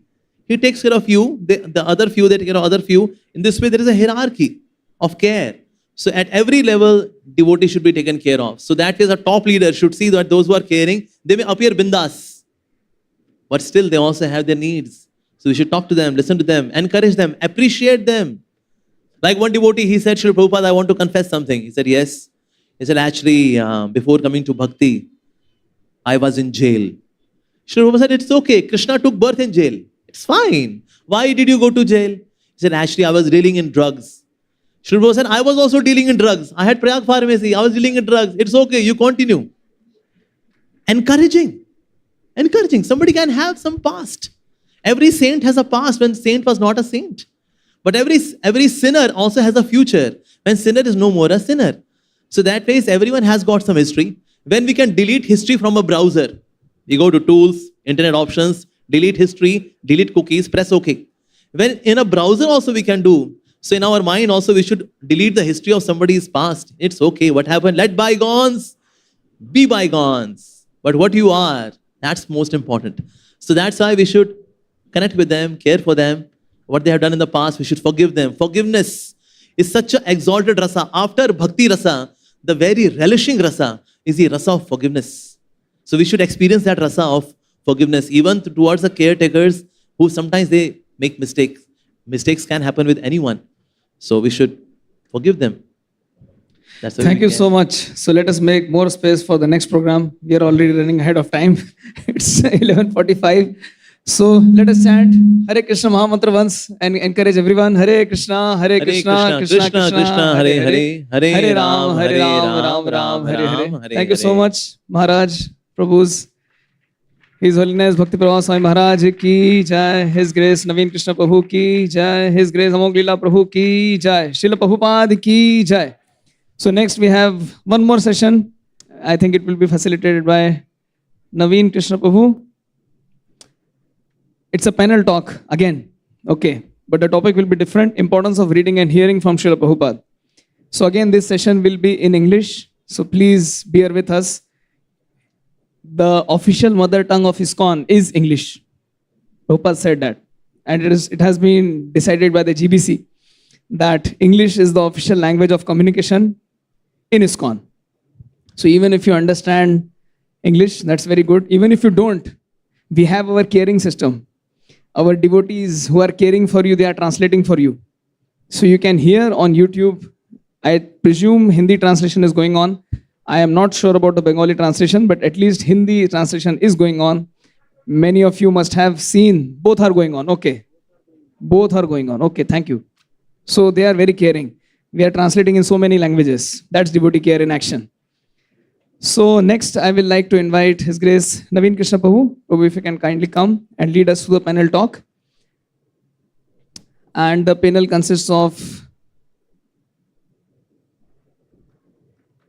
okay, I think.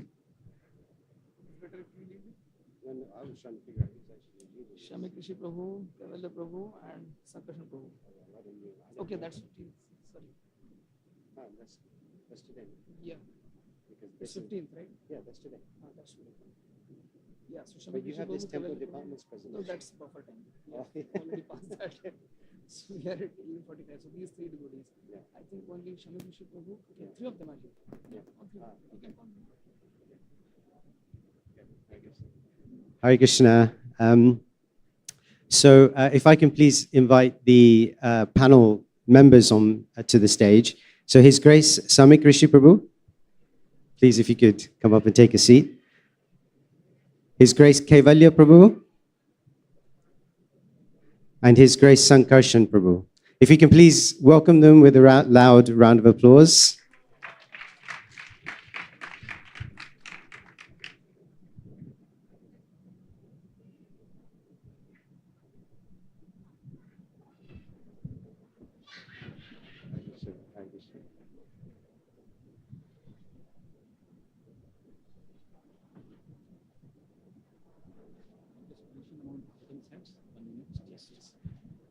Hare Krishna.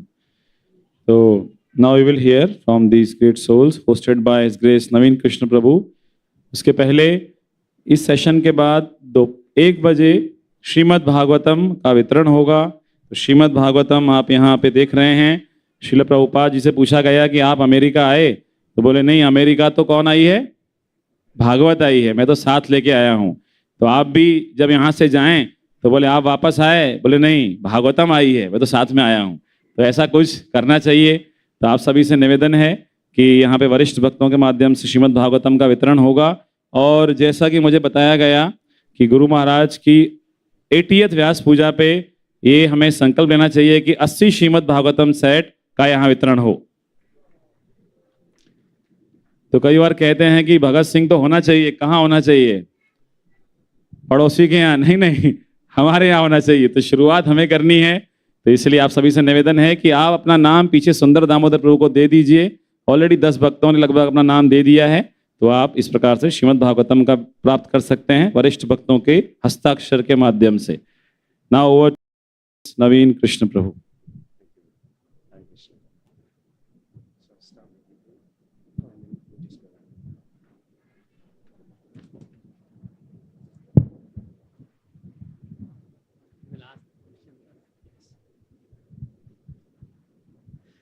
Hare Krishna. Firstly, we're extremely fortunate to have the three of you here to respond to these questions. And the focus or the theme is really about the importance of reading and hearing from Srila Prabhupada. Of course, as members of ISKCON, we have this idea, we have this understanding of the importance of hearing directly from Srila Prabhupada. If maybe we can start the session by each of you giving your perspective in terms of, in your own spiritual journey, what has been the role of Srila Prabhupada's books and lectures? What is, like, from a personal perspective, how do you feel that you've connected to those lectures and books? Hare Krishna, Srila Prabhupada ki jai. So, my whole journey started in ISKCON or joining ISKCON. That was in 1972. I went to US in 71, 72. I was told that there is some Jagannath temple. So we went to the Jagannath temple, and our journey started from there by reading Back to Godhead magazine, by listening to his lectures, meeting with Ravindra Swarup Prabhu and his family, inviting them to our home, talking to them, making family relationship, then inviting other devotees. So all these things, so reading, hearing, but also next year in 73, in April, Ravindra Swarup Prabhu told that Srila Prabhupada is coming to New York City in Henry Street. So we went to hear his lecture in the early morning when they used to give lecture. So kindly, at that time there were not that many Indians.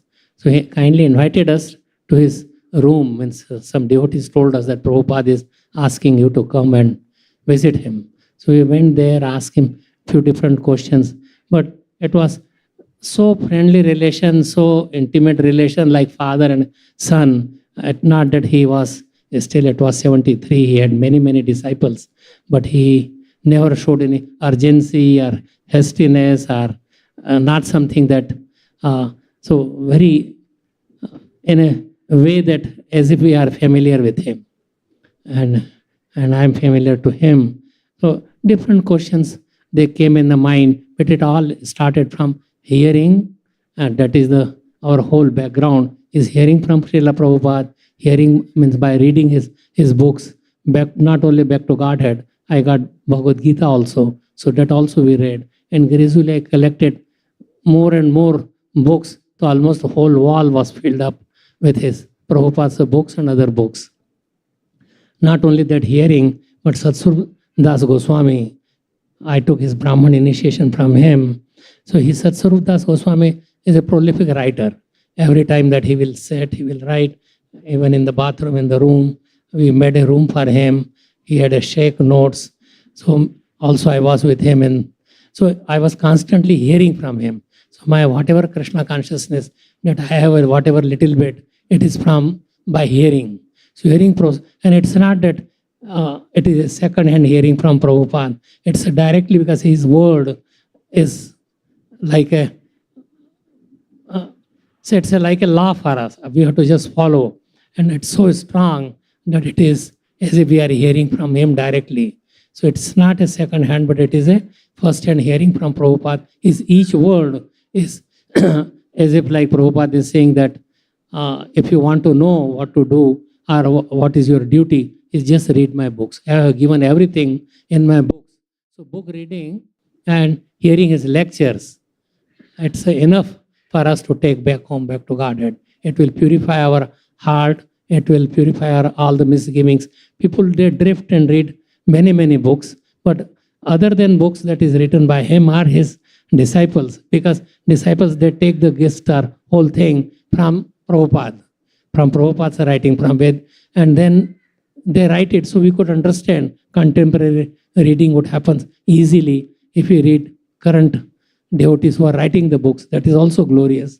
I don't deny that we should just Prabhupada's books, that is the primary books. But based on that, whatever it has been written, that also should be heard writing. But Prabhupada is the primary, and we are keeping him in our center in our life, and that would make our life more not only peaceful, healthy, but also more strong in Krishna consciousness. One will fall down if he does not really, even if he is doing all the arati and puja, but if he does not read his books, then it's every chance that he would not progress in Krishna consciousness. It gives you, just like Prabhupada used to say, you come to Vrindavan for a few days to charge your batteries. So also but that is some time, but reading books is every day. At least you read for 1 page, half page, 1 shlok, whatever that you could read, and you imbibe that. You try to read the meaning behind what Prabhupada wants to say, and if you digest that, then certainly you will be able to progress further in our Krishna consciousness. There are many, even if we are sinful, if we do want to do something wrong, but if we read, then Prabhupada would correct you, as if he is talking to you directly. So it's so essential for us to keep up with reading, hearing Prabhupada's lectures, and associating with devotees. Then all the other processes of going early morning in the temple or Mangalarti and other things. But primarily, we must hear. Even if we are going for Mangalarti and not reading, our all this going to temple programs would be nullified if we don't give prominence to Prabhupada and hearing from him, associating with him. Hearing is like association. Prabhupada says that I'm speaking directly to you if you are reading. So it should be read every day, and that is the association. Vani and Vapu. So Vani is more important than the Vapu. How many people has to take care of Prabhupada's body, and he's no more here at this time. But if we read that is the Vani association. So we should associate with his Vani, his lecture, his purpose, and it should be with full concentration. It should not be halfway, half sleeping, hearing while we are sleeping, and then tape recorder could go on and we will not hear. So it should be heard with due attention, because it is Prabhupada who is telling you that it is Prabhupada should be seen as the primary objective of our life. And if we keep him in the center of our life, and then also we could do prachar. Prachar would happen like Prabhupada gives the example that whatever you hear, you just tell. Brahmanda Brahmate Kaun Bhagyavan Jeev, Guru Krishna Prasade Paye, Bhakti Lata Bij. So we have heard from your Guru, and then your seed of devotional service is already sown by Srila Prabhupada, and then you water it by chanting. But primary is hearing, and ear is the most important part of our senses that we could hear and digest it. Even in sleep, if some problem is there, like, so you would be able to hear somebody shouting, fire or war or some emergency, but it is the ear who hears. You don't have to go to the person to shake him up. So same thing, if we hear Prabhupada's that will directly wake us up from our slumber of material life or sleeping in Jiva Jago, Gaura Chan. How long will you sleep in the lap of Maya? So we'll wake up from lap of Maya if we hear Srila Prabhupada. Otherwise, we will be in Maya. So people say that either you are Maya or Krishna consciousness. So Krishna consciousness, there are only two things. So Krishna consciousness is primary that we hear from Prabhupada.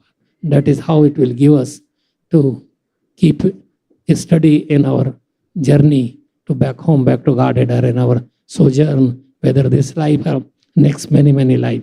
But it would be remembered if we hear Prabhupada. Because it's pure, it is a force. And even now also this movement is going on because of the purity of Srila Prabhupada. So if we continue, the purity will remain if you understand Prabhupada. When Prabhupada says that even if you change one word or if you hear wrongly, which is against that then you will fall down. And that has happened, that people have taken shelter of so many other gurus or whatever, and they could not raise up, like we heard so many from Amogh, Lila, Prabhu and others, that how people have fallen, drifted. Prabhupada was so kind that he gave shelter. But if they would have continued reading, then naturally they will be associating with Prabhupada. Thank you so much. Thank you so much, Sankarshan Prabhu. That's a very wonderful kind of synopsis of the importance of Srila Prabhupada's reading and hearing. So Sankarshan Prabhu, if you could please add to that, whatever you wish, and if you can touch upon something that was mentioned by Sankarshan Prabhu, this idea that there are many other books which have been written by either disciples of Srila Prabhupada or even others that may be elaborating upon Srila Prabhupada's books. What is the role of those texts also? So if you can speak from your own perspective about Srila Prabhupada's reading, hearing, and that. Hare Krishna. Namang Vishnupadaya Krishna Pishtaya Bhutale Srimate Bhaktivedanta Swami Iti Namine Namaste Saraswati Devi Gauravani Pacharine Nirvishesha Shunnavadi Paschatya Deshatarine Pancha Kalpataru Bhashya Kipa Sindhu Eva Chapathitanang Papunebbo Vishnavibbo Namo Namo. My name is Sankarshan Das. I joined ISKCON in 1970 in Calcutta, the birthplace of Srila Prabhupada, where he was born in Taliganj. Nobody could think that a village boy who was born in a tiles house, mud house, he will conquer the whole world. It is a miracle, is it not? In the age of Kali, Prabhupada books and Prabhupada movement and Prabhupada disciple. It is a rare gift of Lord Krishna. So I was that time a student of Calcutta University. So evening time, sometimes I go to Srila Prabhupada every day, you can say, because Prabhupada said, don't leave your study, continue it. Once upon a time I met him, Prabhupada, I do not want to go college study anymore. No, you carry on your education. So, once upon a time, it was maybe 1972 in Calcutta Temple, 3C Albert Road, Prabhupada was there, and so many journalists came to meet him to interview. So by the way, I was there. And I know that Tarun Kanti Ghosh, he was a very, elevated soul, a devotee of Lord Krishna. Their praise is Jugantar and Amrita Bajar Patrika. He came also. And there are so many, journalists. So they are asking so many questions to Srila Prabhupada, this, that. Then after that, Prabhupada gave the Bhagavad Gita as it is, presented to everyone. And also Krishna book. The big Krishna book, I think you have seen, the big book. Printing by Nippon Company, Japan. You know, is it not? Very, costly book. Prabhupada also presented them. So when they saw this book, they were astonished. Oh my God, It is so nice picture, so nice, reading, translation. So they asked the Prabhupada, you have done? No, Prabhupada said, no, I have nothing. All the credit goes to my Guru Maharaj, Srila Bhakti Siddhanta Saraswati Thakur. Nothing. I have only my father, Gauramohan De, he is taking care of my education, and I have learned it from my father. Whatever devotional life I have learned, that everything I have learned from my father, Gauramohan De. He is a Vaishnava Churamani, he is an exalted Vaishnava.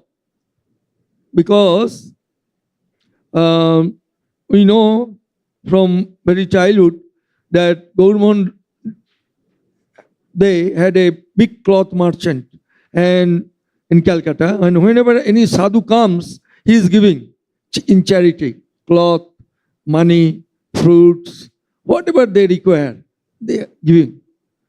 So generally in his house, all the Vaishnavas are coming, any type of sadhu. So when Prabhupada was 21 years old, then one of his friend, his name is Naren Mallik. So he came to Srila Prabhupada and asking, Abhay, do you like to come with me to see a sadhu? Then he says, no. Abhay says, no, I do not like to, I have no interest to see the sadhu. Because all the sadhu coming to my father and they are asking these, that, so many things. I do not want to visit any sadhu.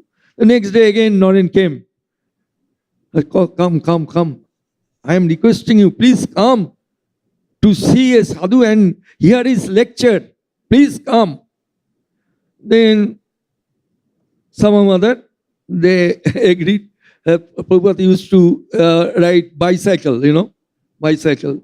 So both of them, Abhay and Naren, they are going to see a sadhu and hearing the lecture. They went to Ultodanga and there Srila Bhakti Siddhanta Saraswati Thakur was there, and he's giving the class on Srimad Bhagavatam. And that time all the Gaudiya Math exalted devotees like Sridhar Maharaj, Madhav Maharaj, Bhakti Pramod Puri Maharaj, Krishnadas Babaji Maharaj, all they are there. They are listening. But these two college boy, they are both are reading in a Scottish church college. So they went there. The Prabhupada was listening like Srimad Bhagavatam when Srila Bhakti Siddhanta Saraswati Thakur describing, and he is hearing. So Bhakti Siddhanta Saraswati Thakur noticed it, that boy, he is hearing like anything, full attention. So after the class over, he called Abhay. Oh, which college you are going? I am in a Scottish Church College. Oh, your English college you are going. Naturally, you have a sound knowledge in English. So it is your duty to preach this divine message of Chaitanya Mahaprabhu in the West. So he, by hearing, only Srimad Bhagavat, hearing from the transcendental tongue, from Srila Bhakti Siddhanta Saraswati, he changes his whole life. That's why hearing is the most important, and reading, hearing, and distributing Srila Prabhupada books. Why Prabhupada today topics is that the importance of reading and hearing from Srila Prabhupada books. Why Srila Prabhupada books? Particularly we mention that Srila Prabhupada books, no other books. Prabhupada says, I have given everything in my books, no need to go anywhere else. Why? Because book can change your mind, is it not? A book can change your activities. A book can change the whole world. So that is Prabhupada book. Why? Why Srila Prabhupada books is just like a touchstone. Vaidujya Muni. Why? because something behind it. Because when Prabhupada was in Radha Damodar temple, I had a good fortune there. I was not initiated that time. Myself and Pishima, I mean Prabhupada's sister, Bhavatardini Devi. So we went that temple with Srila Madhav Maharaj. So to Parikrama, for Parikrama purpose, we went there. So naturally, he's our family members. I went to see, and Pishima as a brother, she also went to see, and Prabhupada was writing the books. He even 1 minute, he never missed. That's why Prabhupada says, I never waste a single moment in my life.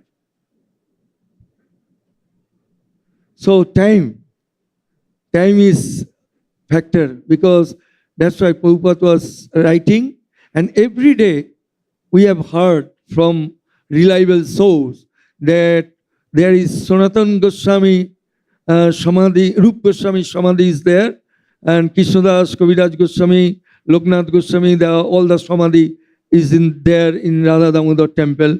And Prabhupada woke up at 3 o'clock, and every day he used to go to touch the Samadhi and crying that give me the mercy that I can write something for Chaitanya Mahaprabhu. So without the mercy of the Supreme Personality Godhead and without the mercy of Mahajan, nobody could do anything miracle in his life. Nobody could do anything. Their mercy, that's why we do not want anything from the Vaishnava. We want only mercy. So Prabhupada always begging, and he was such an exalted personality that he never wasted a single moment. And that's proof. 1977, when he was very, very sick, and all the Americans, devotees says, Prabhupada, come to my country, in my place. There are a very nice surgeon who can give you nice treatment for the digestion of this and so many things. You have prostate problem, you have digestion problem. So please come to America. We said, no. I do not want to go. I want to remain in Vrindavan. Because he knows that I have to go back to home, back to Godhead. So he was in Vrindavan, and he's translating book. Why? For the welfare of the whole world. Is it not? A Vaishnava is Kripa Sindhu. He's a ocean of mercy. So he's translating. And Krishnadas Babaji Maharaj, his godbrother, came to see him, and Puri Maharaj, both. Maharaj, how are you? He says, I am not so good, but if I have done some offense unto your lotus feet, please forgive me. No. ये क्या तुम बोल रहे? अरे तुम महाभागवत है, कुछ नहीं किया है. You have done nothing. You are translating in so many books. No, I have to finish 10th canto. This is my vow. So this is called determination. And this is Prabhupada books, because he prayed to Sanatana Goswami, Rup Goswami, those who gave them blessings for writing. When we write, we have no blessings, because we are not, we are writing, I think I know English, I know Hindi, I can write. No. Prabhupada only graduate. He is not a PhD or doctorate. He got his degree from a Scottish Church College, where Netaji Subhash Chandra Bose was there and Swami Vivekananda was there. The same college. So he's just honors graduate, nothing else. He's not doctorate in English or MA or PhD, but he got the mercy from Sanatana Goswami, Rup Goswami, all the Goswamis. That's why his book is 100% only the juice, nectar in our spiritual life. So Prabhupada Gita, why so much, that when he gave this Gita to all the journalists, they are astonished. My God, that Gita was published from Macmillan Company. Is it not? Is it not? So the Gita was published from Macmillan Company, who is a renowned publisher in the world. So can you imagine? So everything can be happened if you have unflinching faith for your Guru and Krishna. Jasya debe para bhakti jata debe tata guru tasyaite katita hartang pokasante mahatma. Those of unflinching faith for Guru and Krishna, all the scriptures are revealed to him. Why you are reading all this Bhagavatam, all Shastra? Why? Just to get the pure devotion, unalloyed devotion for Krishna and Guru. That's why Tesham satato yuktanam bhajatam pitika purvakam dadami buddhi yogam jeno mam upanti. To those who are constantly engaged in my devotional service, I gave the understanding by which they can come to me. So it is mentioned by Srila Prabhupada, constant engagement. That's why ISKCON. ISKCON means constant engagement in the service of Srila Prabhupada and in the service of Srila Bhakti Siddhanta Saraswati Thakur. This is, we are giving the training here. So that's why reading and hearing. It is when Prabhupada went to America, he only Tompkins Square Park, he is not reciting or reading. He is just chanting. Hare Krishna, Krishna Krishna, Hare Hare, Hare Rama, Rama Rama, Hare Hare. And all the hippies and all the Americans came to him, and just by listening from an exalted devotee, from a pure devotee, they can change. So that's why chanting, hearing is, and reading Srila Prabhupada books in our movement is his most important thing. Just I am giving a small letter. That letter is given by Srila Prabhupada in 1973 to me regarding his book. Sankarshan, please accept my blessings. I beg to acknowledge receipt of your letter dated 15/8/73, and I thank you very much for it and your best puja appreciation. It is stated in the Vedas that to anyone who has firm faith in the spiritual master and Krishna, to him all the imports of the Vedas are easily revealed. I am very glad to learn that you are helping in the preaching and distribution work by distributing our books to the libraries in Calcutta. This is very important work.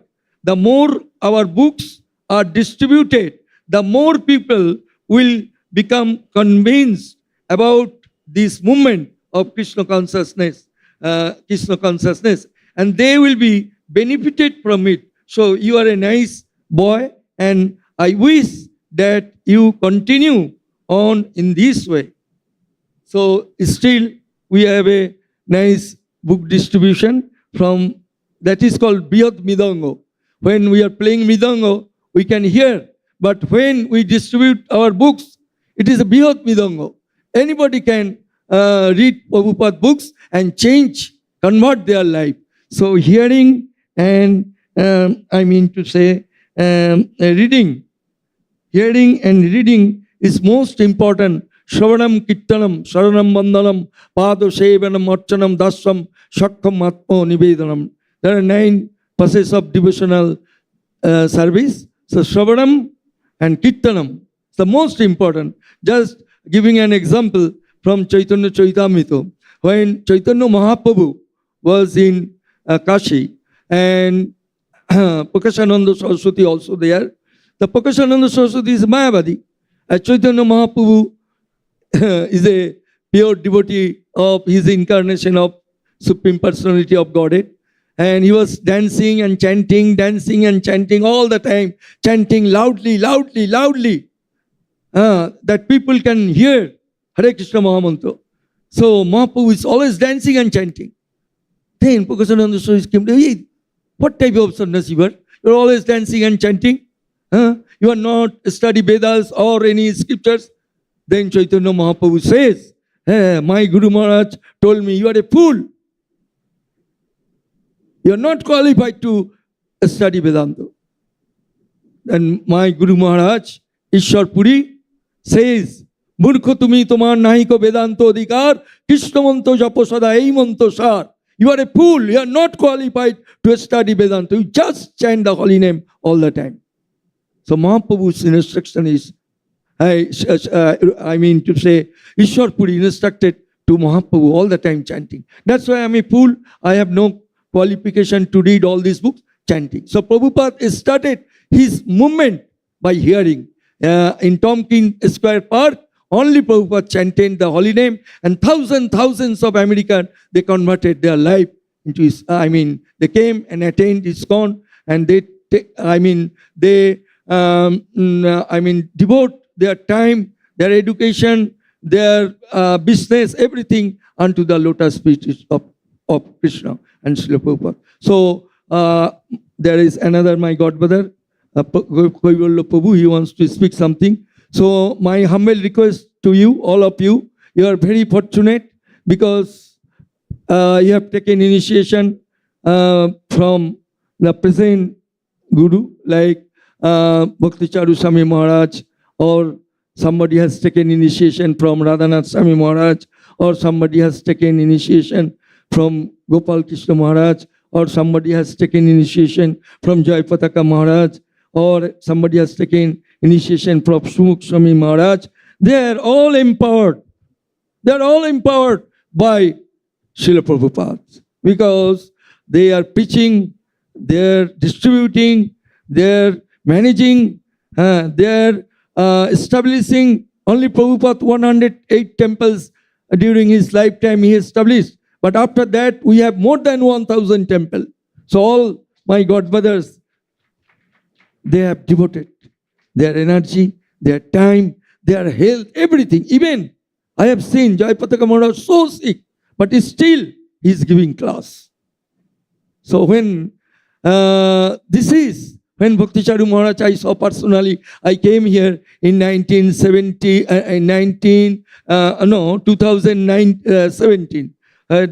He released that time Ocean of Mercy, the book. So Maharaj gave me a book, presented a book. All the time he is translating the books in Bengali.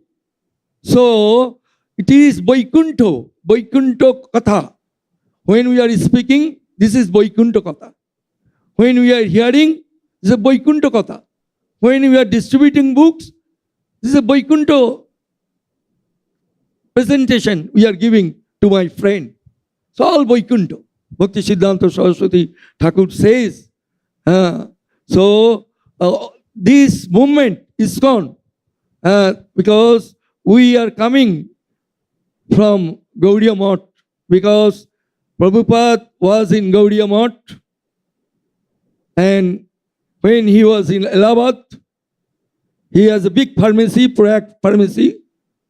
So there, Prabhupada used to do all these things. He's writing, he's seeing his business, and he's meeting with the Gaudiya Math people. There, Bagbajar Gaudiya Math, they want to establish a temple over there. And Bhakti Pradip Tirtha Maharaj, the first disciple, first sannyas disciple of Srila Bhakti Siddhanta Saraswati Thakur, he came to his pharmacy and asking, Abhay Babu, could you help us? We are making establishing a temple here. You have so many big customers. Yes, why not? So, actually, I am very obliged to the Gaudiya Math in the beginning because I joined in 1970 and 72 when Prabhupada started this movement. And before that, it is very difficult to buy a land in Mayapur because there are mostly land acquired by the Muslims people, and they are not interested to give ISKCON. They are thinking, oh, when the British people will come again, so many things can be happened. So they are not willing to come. They are not willing to give. Then Madhav Maharaj, Pujyapat Madhav Maharaj and Pujyapat Sridhar Maharaj, they help to Srila Prabhupada to buy the land in Mayapur. The 15 bighas land, 15,000 only. So you can see that we are always cooperating with each other, but our movement, Krishna consciousness movement, is a transcendental movement. If anybody comes here, he has got the mercy of Srila Bhakti Siddhanta Saraswati Thakur and my Guru Maharaj. So you are very fortunate in that way that you have taken initiation. Your Param Gurudev is Srila Prabhupada. My Param Gurudev is Srila Bhakti Siddhanta Saraswati Thakur. So you are in that way, you have given your life, money, energy, your education, everything unto the lotus feet of Srila Prabhupada by hearing, by distributing, and by founding a nice temple in Ujjaini. Thank you very much. Thank you very much. Hare Krishna. Thank you so much. Kaivalya Prabhu, if we can please hear from you about, again, the similar topic, just in terms of the impact of Srila Prabhupada, hearing and reading Srila Prabhupada's books, the impact on your life, and then I'll ask some further prompts from that. Thank you very much. Namo Vishnu Padaya Krishna Pristaya Bhutale Srimate Bhakti Vedanta Swami Niti Namine Namaste Saraswati Deve Gauravani Pracharine Nirvishesha Shunnavadi Paschatya Desh Tarine. So Srila Prabhupada is not physically present here. So if you see how we can connect to Srila Prabhupada. So Srila Prabhupada said that I will forever remain in my books. So that means, Prabhupada said that in all his instructions, he's present there. Each purport we read, we can see, we can feel like Prabhupada is giving instructions directly to us. And hearing is so important. Either we can read, or if we cannot read, we have to read both also and hear also. Because hearing is most important. Because hearing is the process in our bhakti. Like Prahlad Maharaj said, Shravanam Kirtanam Vishnu Smaranam. So hearing is the first process. So hearing is so important. In Bhagavatam also we can see Shravanam Swakatha Krishnam Punya Shravana Kirtana Hardyantastohi Abhadrani Vedanoti Shrod Satam. So hearing is very important. It cleans our heart, takes away all the impurities from the heart. So hearing is very important for us. So every day we should read Srila Prabhupada's writings, his classes, and that way, we can keep connection with Prabhupada. Because one time when Prabhupada was in 26 Second Avenue, one devotee said to Srila Prabhupada that I don't feel closeness to you, that you are too far away. So Prabhupada just said, just read my books, you will feel close to me. So Prabhupada all the time stresses reading his books, and that's very important for all of us. And you need and Prabhu, like in terms of how you yourself like connect with Srila Prabhupada through his books, and sometimes we get the question that Srila Prabhupada has obviously written many books, and when we try and read those books, is there from your perspective a way in which something that helps you connect when you're reading or hearing Srila Prabhupada that you could give us all some advice or guidance on to how to approach our read? Because sometimes many devotees may be reading for some time, but they may not be feeling any connection, like you said. And what is it that helps bring that about in us, that we can feel that connection to Srila Prabhupada, or that shelter or the mercy that Prabhu was speaking about earlier? Yeah, when we read Srila Prabhupada's book, we definitely feel that I'm connecting to Prabhupada. And when we read, we feel that Prabhupada is directly instructing us, individual. Like Prabhupada gave instructions in 1965 from Bhagavad Gita. And it is, at that time, there were 700 translations of Srila Prabhupada. in English language, but no one could make even a single devotee. But now we said since Bhagavad Gita as it is came, then so many thousands and thousands of devotees became, and now, till now, how much Bhagavad Gita was distributed. So we can see the potency of Srila Prabhupada and his writings. So reading Prabhupada's book is so vital for all of us.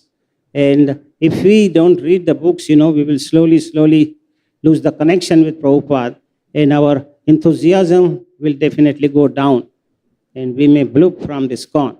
So we don't need to do that. Rather, we should hear him every single day, read his books every single day, so that way we feel energetic and connected to Prabhupada always. And this can go on for generation to generation also the same way. And do you have like a formula or something that you use? Like, so for example, there's Srila Prabhupada's lectures, there are his books, there's discussing Srila Prabhupada's books in a small group like a Sangha. Then maybe, obviously, there's the Bhagavatam class. Like, there's different ways in which we can connect with Srila Prabhupada's reading and hearing. So, So, if we are alone, individually, we can read systematically rather than at random. Sometimes we have to give class, we just read that particular chapter and forget it. But we can do that, but with the same time, we should read systematically every day, either one chapter or half chapter, whatever. So, systemic reading and trying to understand, go deeply into that, that's very important. That I found very helpful personally. And hearing also, lecture by lecture, Srila Prabhupada has so many classes he gave, so if he's here systematically study that will really help us, and that helped me also so far. okay, thank you, Prabhu. Sankarshan Prabhu, I have a question to come back to you on a point that you made in the first, what you said in the beginning, and that is about the role of other books in relation to Srila Prabhupada's books. So here we're not talking about, I'm speaking about books that may be written by, let's say, Srila Prabhupada's disciples. So how do you, or how should we receive those books? How should we understand those books? And specifically, sometimes I hear the question that, well, I find it easier to read these books, and maybe they can help me understand or access Srila Prabhupada's books. And then another perspective might be, well, first you should read all of Srila Prabhupada's books, then you can read other books. Like there's, any insight that you can offer on that question? Hare Krishna. Very wonderful question. Very nice question. It is in the mind of practically so many people. So I read Srila Prabhupada's books to begin with, because that many books were not there in 72, 73 onward. But after 77, or after so many books came up, practically it's impossible to read all those books in one's lifetime. So if we read Prabhupada's books, that's what I would advise. So you know some basics, what Prabhupada want to say, and then it could be elaborated. You could see how it has been explained on the same theme, same topic. So it is not changing. Others are, it's just like Prabhupada says that, like a mailman delivering a letter, it would say he does not change. So these present writers, they are not changing the theme. They are writing, making it easier for others to understand what Prabhupada meant. And if we should keep the same parampara rather than putting our own words, that will spoil our movement if they change their own ideas, on themes, on way of doing something. Prabhupada says, I have given everything. You don't have to go to anywhere else. And if we go to going to some parampara, it's not going any other outside, but within also that who are writing, and we have to understand with what Prabhupada is teaching us in that way. And we could, for giving lectures, for writing, you have to read some other books. So read other books in parampara, but with keeping Prabhupada in the center. Prabhupada is our istambha, or our foundation, and we could not, if we make the foundation weak by reading so many other books and forgetting Prabhupada, then things will crumble. So if we don't want to crumble, movement is growing, and that is because of the Prabhupada's keeping the principles of Prabhupada in our life, in the writing of the current personalities who are writing books. And that is nice. Prabhupada also said that you could write books, but don't give away, go away or drift somewhere which has not been said or which is not the meaning of Prabhupada. So whatever Prabhupada means that we have to follow his instruction. We are his disciples and it should be kept pure. That purity is the one that is causing us to go more and further, spreading our Krishna consciousness. If we are just watering the other than the roots, the trunk and branches and fruits, and then tree will dry up.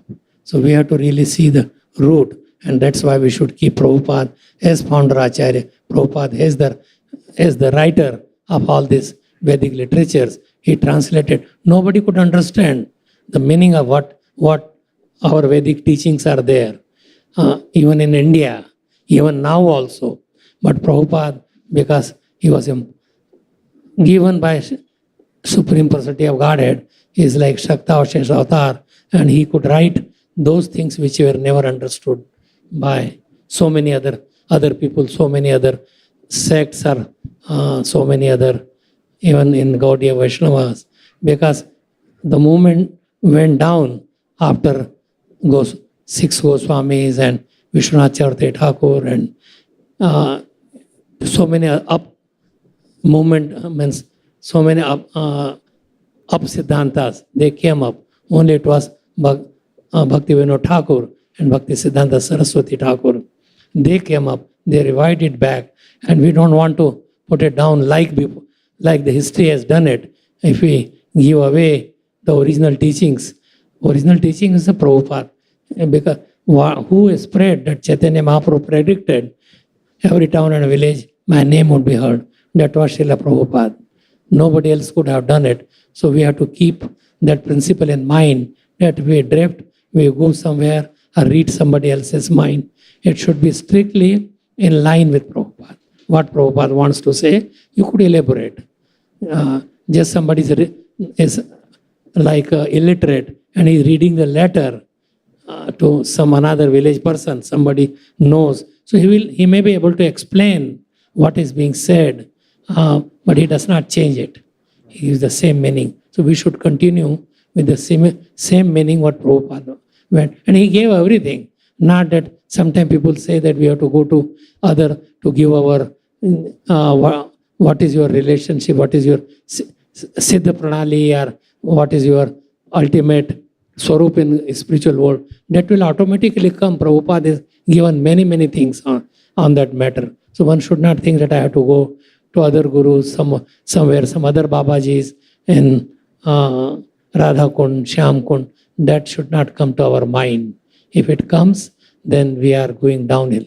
People may mimic. I know one friend of mine, he was in Miami, his wife, then she was told that you are such and such gopi, and she started acting like that, wearing same kind of dresses, same kind of behavior, same kind of taking the water pot or outside. But later on I knew that they left the movement, she fell down. So that way that will happen if we go ahead our own or here to something that is not what Prabhupada meant. So I'm requesting everybody that don't go some other Babajis or some other place to know what is your Swarup in the spiritual world. That will automatically be revealed by, if you read Prabhupada's books, it will be revealed by Krishna and by Prabhupada also. He says, I am with you all the time. If at the time of death you are unconscious or you don't remember, I will come and wake you up if you are following Prabhupada. So we should take him as our life and soul to the lotus feet of Srila Prabhupada, stick to his writing and stick to just listening to his lectures. There are many lectures. Everything by mercy of Prabhupada and his geniusness, everything is preserved. Whatever he talked in morning walk and that he used to do, and wherever he will speak, everything was recorded. So why not to hear that directly? If our life would be perfect, why not to stick to that? Why we should drift from his basic teachings? So, and Swami Rishi, just to ask you a slightly different question on this. You mentioned that at that time there was only few books. And I've heard from many Prabhupada disciples that, when Srila Prabhupada would make a recording or a lecture, then, the temple would receive it and it would go around all the devotees, or one book would be received and they'd read it many, many times because there weren't so many books. And now in today's age, obviously we have many, many books. We have books that I can access every lecture or every word Srila Prabhupada said on my phone or on the internet. Sometimes there may be a sense that when something is rare, it's more valued. And when it becomes ubiquitous or kind of easily available anywhere, it may lose its value. And do you feel like from what you saw during Srila Prabhupada's time on this planet, how devotees were engaging with his books and lectures, and how we do that now, do you see that there is a difference? And if so, what is the difference, and what would you suggest that we do about that, if it's a negative, or it may be a positive, I don't know. And maybe all three of you can maybe respond to that question. For general devotees who are present here or who might be listening, too many books may make you confused. It happens with me also. Too many way of presenting same thing, it may be diluted also. It may not be the strictly same. So I read other books myself, but when preparing for some lecture or some whatever Zoom lectures that I give, but I feel that reading Prabhupada's books and explaining each and every word what is given in the purport is more meaningful. People will understand more rather than reading many, many books and then not know where we are, where we stand. I'm not saying one should not write, one should write, but based on Prabhupada's teachings, not our own teachings. There are so many contemporary world and so many new things have come up, but we should stick to the basics. If we stick to the basics, make it more our foundation, then it would be more useful to apply in our life, because we can't read all these books. Even if we read, we may not understand. Prabhupada gave you very, very clearly everything what is needed. So all the time he says, read my books. He advised others that you could also read, but if Prabhupada did not that you thousands of books that you read and you may just collect so many. I used to buy every book that was available in the market, wherever I would go to different places. But ultimately then I thought that there is no point, I can't read, I'm 80-year-old, what is the point in collecting all these books and not reading them? So Prabhupada, that you have on the shelf, you read and read my books. So that is more important than reading too many other books. If you have to prepare some topic particularly, you could see some that way, but not go through whole book what others have read it about that. Then you stick to Prabhupada, come back to Prabhupada, try to get explanation from other books, then come back again to the basics. That's my thought. It's my personal. I'm not saying against anybody who are writing books or here. One thing that Radha Govinda Maharaj, his lectures, he did not write any books, but his lectures were typed up, made certain books, small books, very nice. But then he says that Prabhupada's book should take a priority. So he pulled out of the market, don't sell any of those books until many recently that he started that, because it was piling up in a whole room full of his books. And because his disciples wanted to write it and they just typed it up, but he never, he's such a strong preacher, but he also advised same thing, that you read Prabhupada's book, it is everything. But when you need some more explanation, you could come back to those books, but not that made your primary study place for study. Thank you, Prabhu. Yes, Sankarshan. Yeah. Yeah, Hare Krishna. My godbrother Rishi Prabhu, whatever he says, it is all right. But when Prabhupada was here, particularly in Mayapur, I used to visit with him, morning walk, and all the foreigners are there. So Prabhupada, they are asking some question and Prabhupada is giving reply. So, and Prabhupada particularly gave instruction to all his disciples, write your realization, at least 1 page, half page, or few lines. That means when we are writing, it is coming from our heart. So, present Guru, those who are leading Guru in ISKCON, they wrote so many books. But what books is the basic thing for preaching or developing our Krishna consciousness? So I think next generation, they are writing with their pen. That means they are realized. Without realization, you cannot write a single line. So Prabhupada says always, write your realization, at least 5 lines or 1 page or half page. So I am very happy seeing that so many books coming.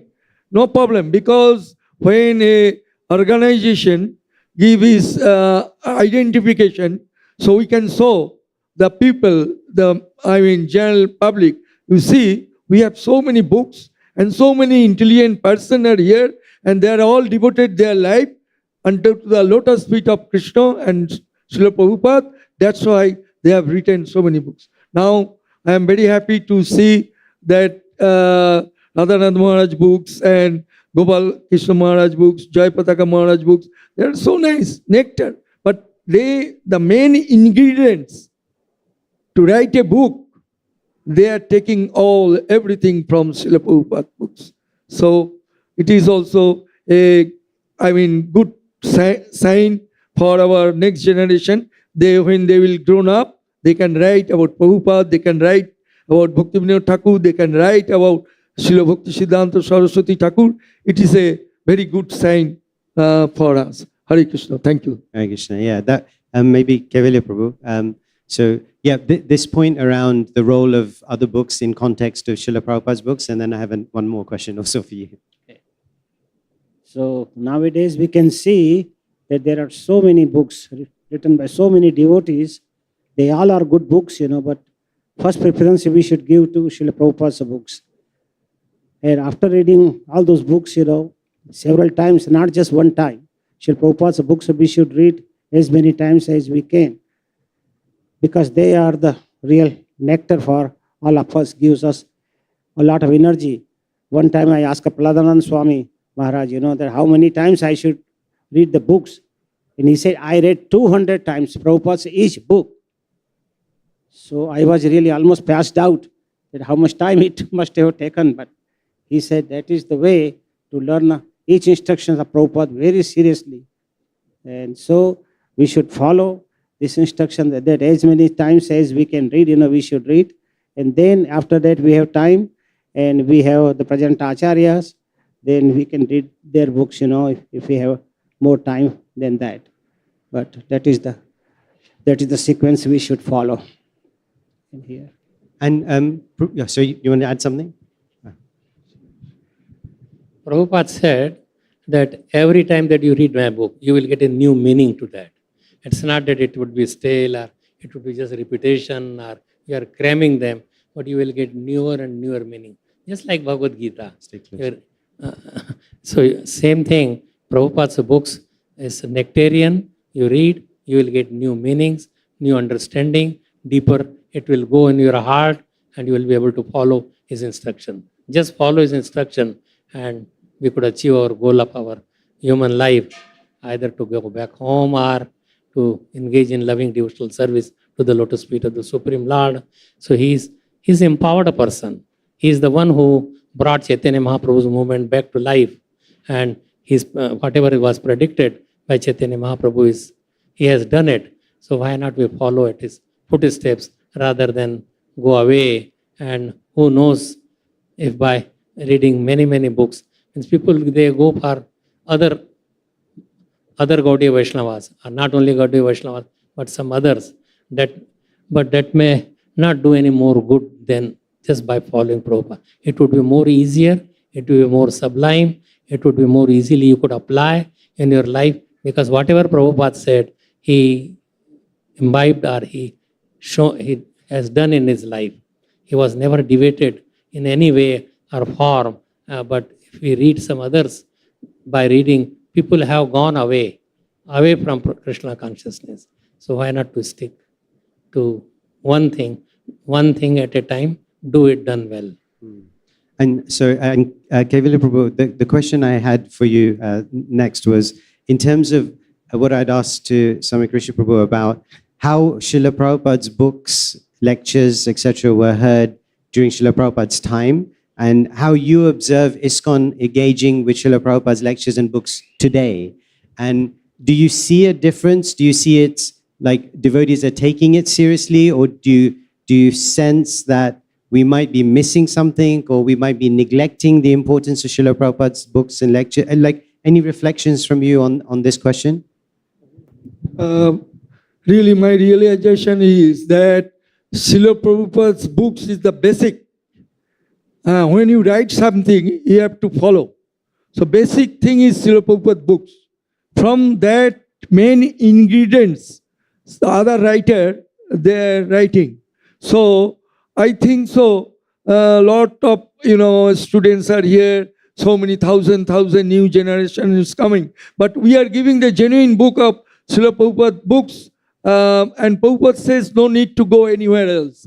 That means he mentioned that in our jurisdiction, in our ISKCON jurisdiction, you should stay and read the books of no need to go anywhere else. That means indirectly he says there are so many organizations, so you can read our books, and by reading our books, you can develop Krishna consciousness. My idea is that yes, so many intellectual like Gauranga Prabhu and Radhapada Prabhu, they wrote so many nice books. When I read it, I think so, where they got this inspiration and this power of writing.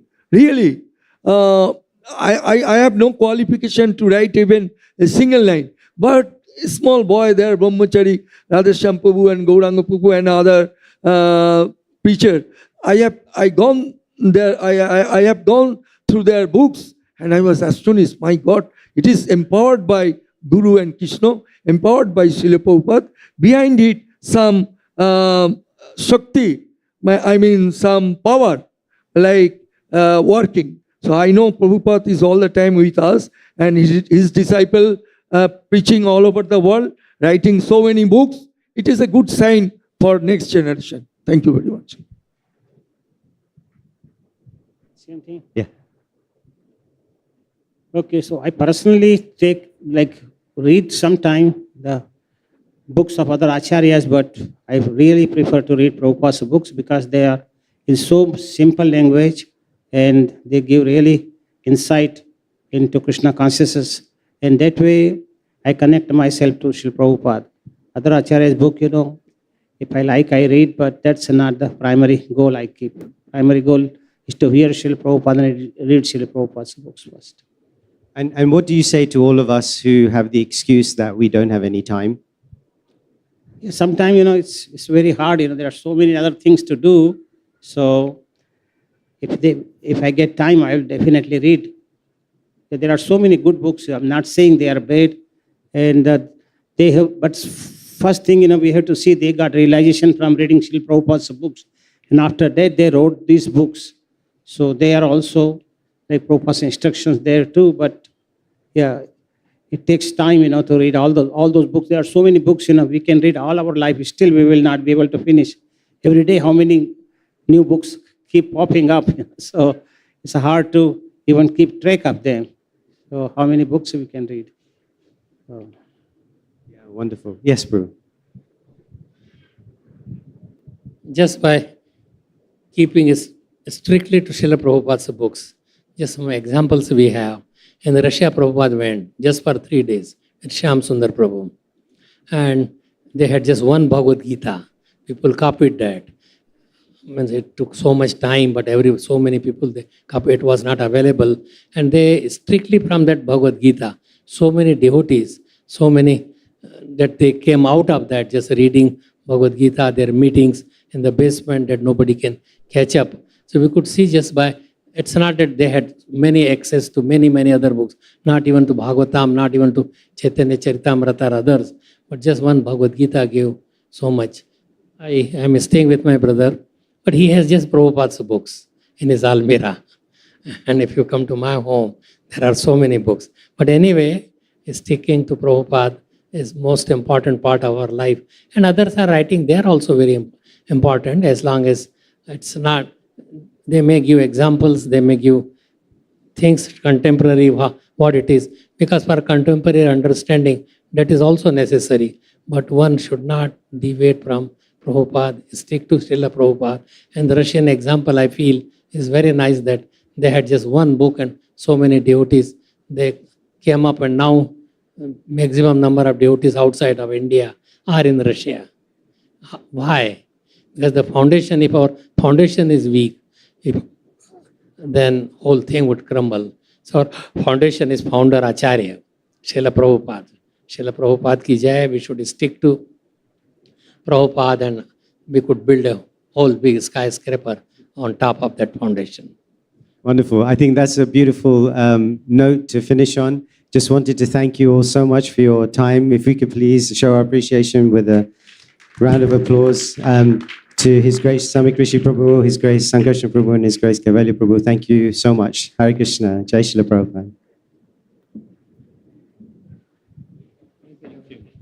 Hare Krishna. His Grace Sankarshan Prabhu ki, His Grace Kaivalya Prabhu ki, His Grace Samika Rishi Prabhu ki, and also His Grace Navina Prabhu ki.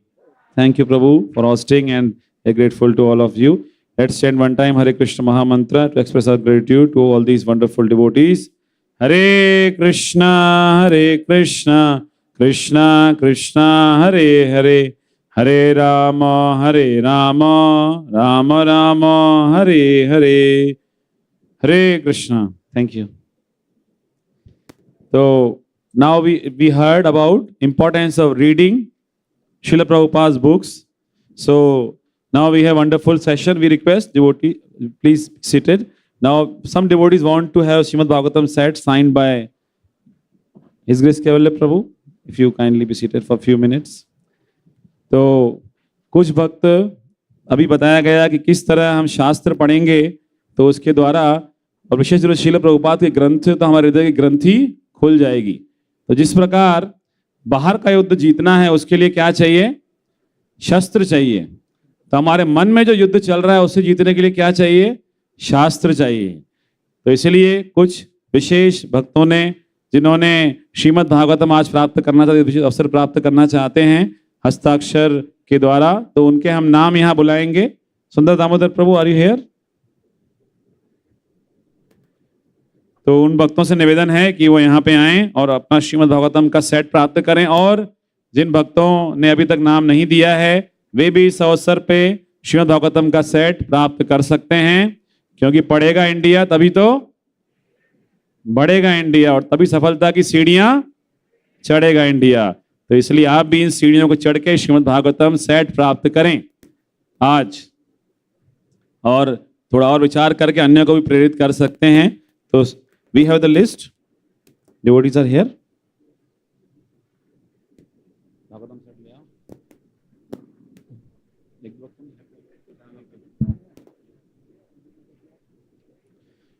कुछ भक्त help कर सकते हैं Bhagavatam set ऊपर लाने के लिए। तो हम जिन भक्तों का नाम ले रहे हैं उनसे निवेदन है कृपया आप स्टेज पे जल्दी जल्दी आइए।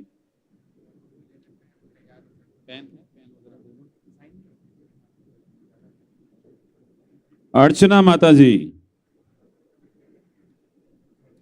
बाकी भक्त कम से कम हरि बोल सकते हैं। हरि बोल। अर्चना माता जी, और उसके पीछे हिज ग्रेस सुदामा प्रभु, कल ही उन्होंने दीक्षा प्राप्त की और शिक्षा प्राप्त करने के लिए श्रीमद् भागवतम अपने घर पे लेके जा रहे हैं। Request devotees to please be fast.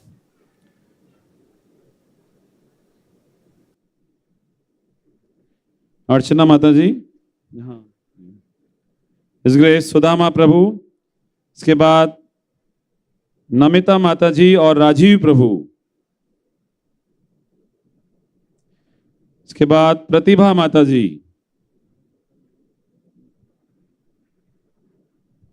जिन भक्तों ने श्रीमद् भागवतम सेट लेना चाहते हैं उनसे निवेदन है कि कृपया वो आगे आ जाए ताकि उन्हें यहाँ आने में सुविधा हो। हरि बोल।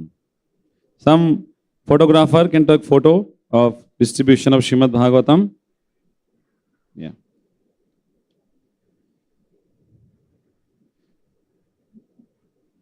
Thank you. Yeah. हरि बोल। ग्रंथराज श्रीमद् भागवतम की। नमिता माता जी एंड राजीव प्रभु।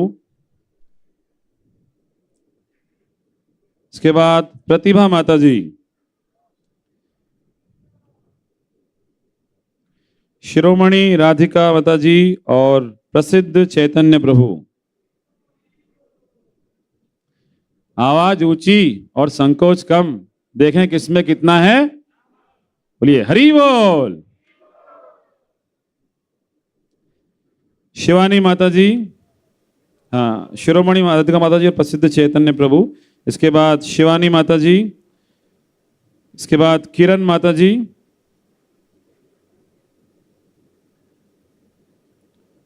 मंजू शर्मा माता जी,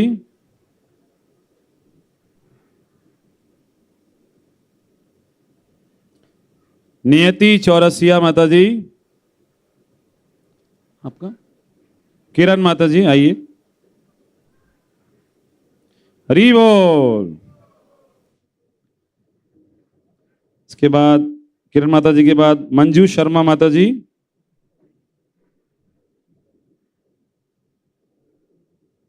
उसके बाद नियति चौरसिया माता जी,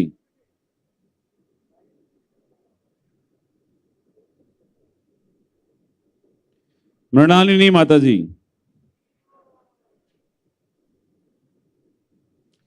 इसके बाद नीलांबरी राधिका माता जी। सब नाम माता जी इसकी तरफ से आ रहे हैं, तो प्रभु जी की तरफ से भी नाम आने चाहिए, या फिर हो सकता है कि नाम उनका है लेकिन दोनों अध्ययन करेंगे। नीलांबरी राधिका माता जी, इसके बाद सुमाधुरी राधिका माता जी,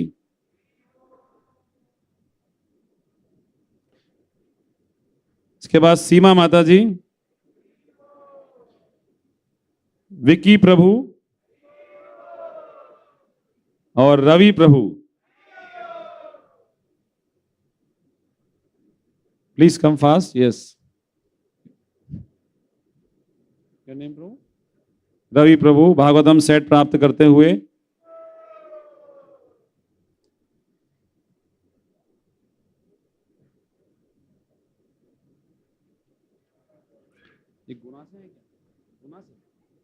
विकी प्रभु भागवतम सेट प्राप्त किया। और कोई भक्त और भी लेना चाहते हैं, ऐसा नहीं है कि लिस्ट जो है एग्जॉस्टिव नहीं है, इंक्लूसिव है, तो और जो भक्त हाथ उठा सकते हैं और समय प्राप्त कर सकते हैं शाम के समय। साथ ही बहुत विशेष सूचना है कि हिज होलीनेस गुरु प्रसाद स्वामी महाराज भी हमारे बीच में आ चुके हैं। हिज होलीनेस गुरु प्रसाद स्वामी महाराज की, और शाम को हम उनसे श्रवण करेंगे। यस, सुमाधुरी राधिका माता जी। तो हम इन सभी को बहुत धन्यवाद देते हैं, इस ग्रेस शमिक ऋषि प्रभु, इस ग्रेस कैवल्य प्रभु, इस ग्रेस संकर्षण प्रभु का, कि उन्होंने यहाँ पे अपना समय दिया श्रीमद् भागवतम सेट के वितरण में। और इसके अलावा 2 नाम और हैं, मात्र 2 नाम। उसके बाद फिर हम, जिनको अभी अभी प्रेरणा प्राप्त हुई है, ऋतुदीप बीएससी से वैभव शर्मा प्रभु। ऋतुदीप बीएससी इंदौर में हमारे विद्यार्थियों का केंद्र है। और साथ ही दूसरे भक्त हैं अंश राठौर प्रभु। बहुत बहुत धन्यवाद आपका वैभव शर्मा जी और अंश राठौर प्रभु।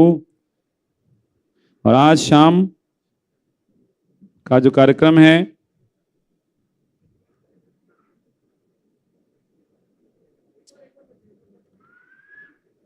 एक और अंश राठौर जी,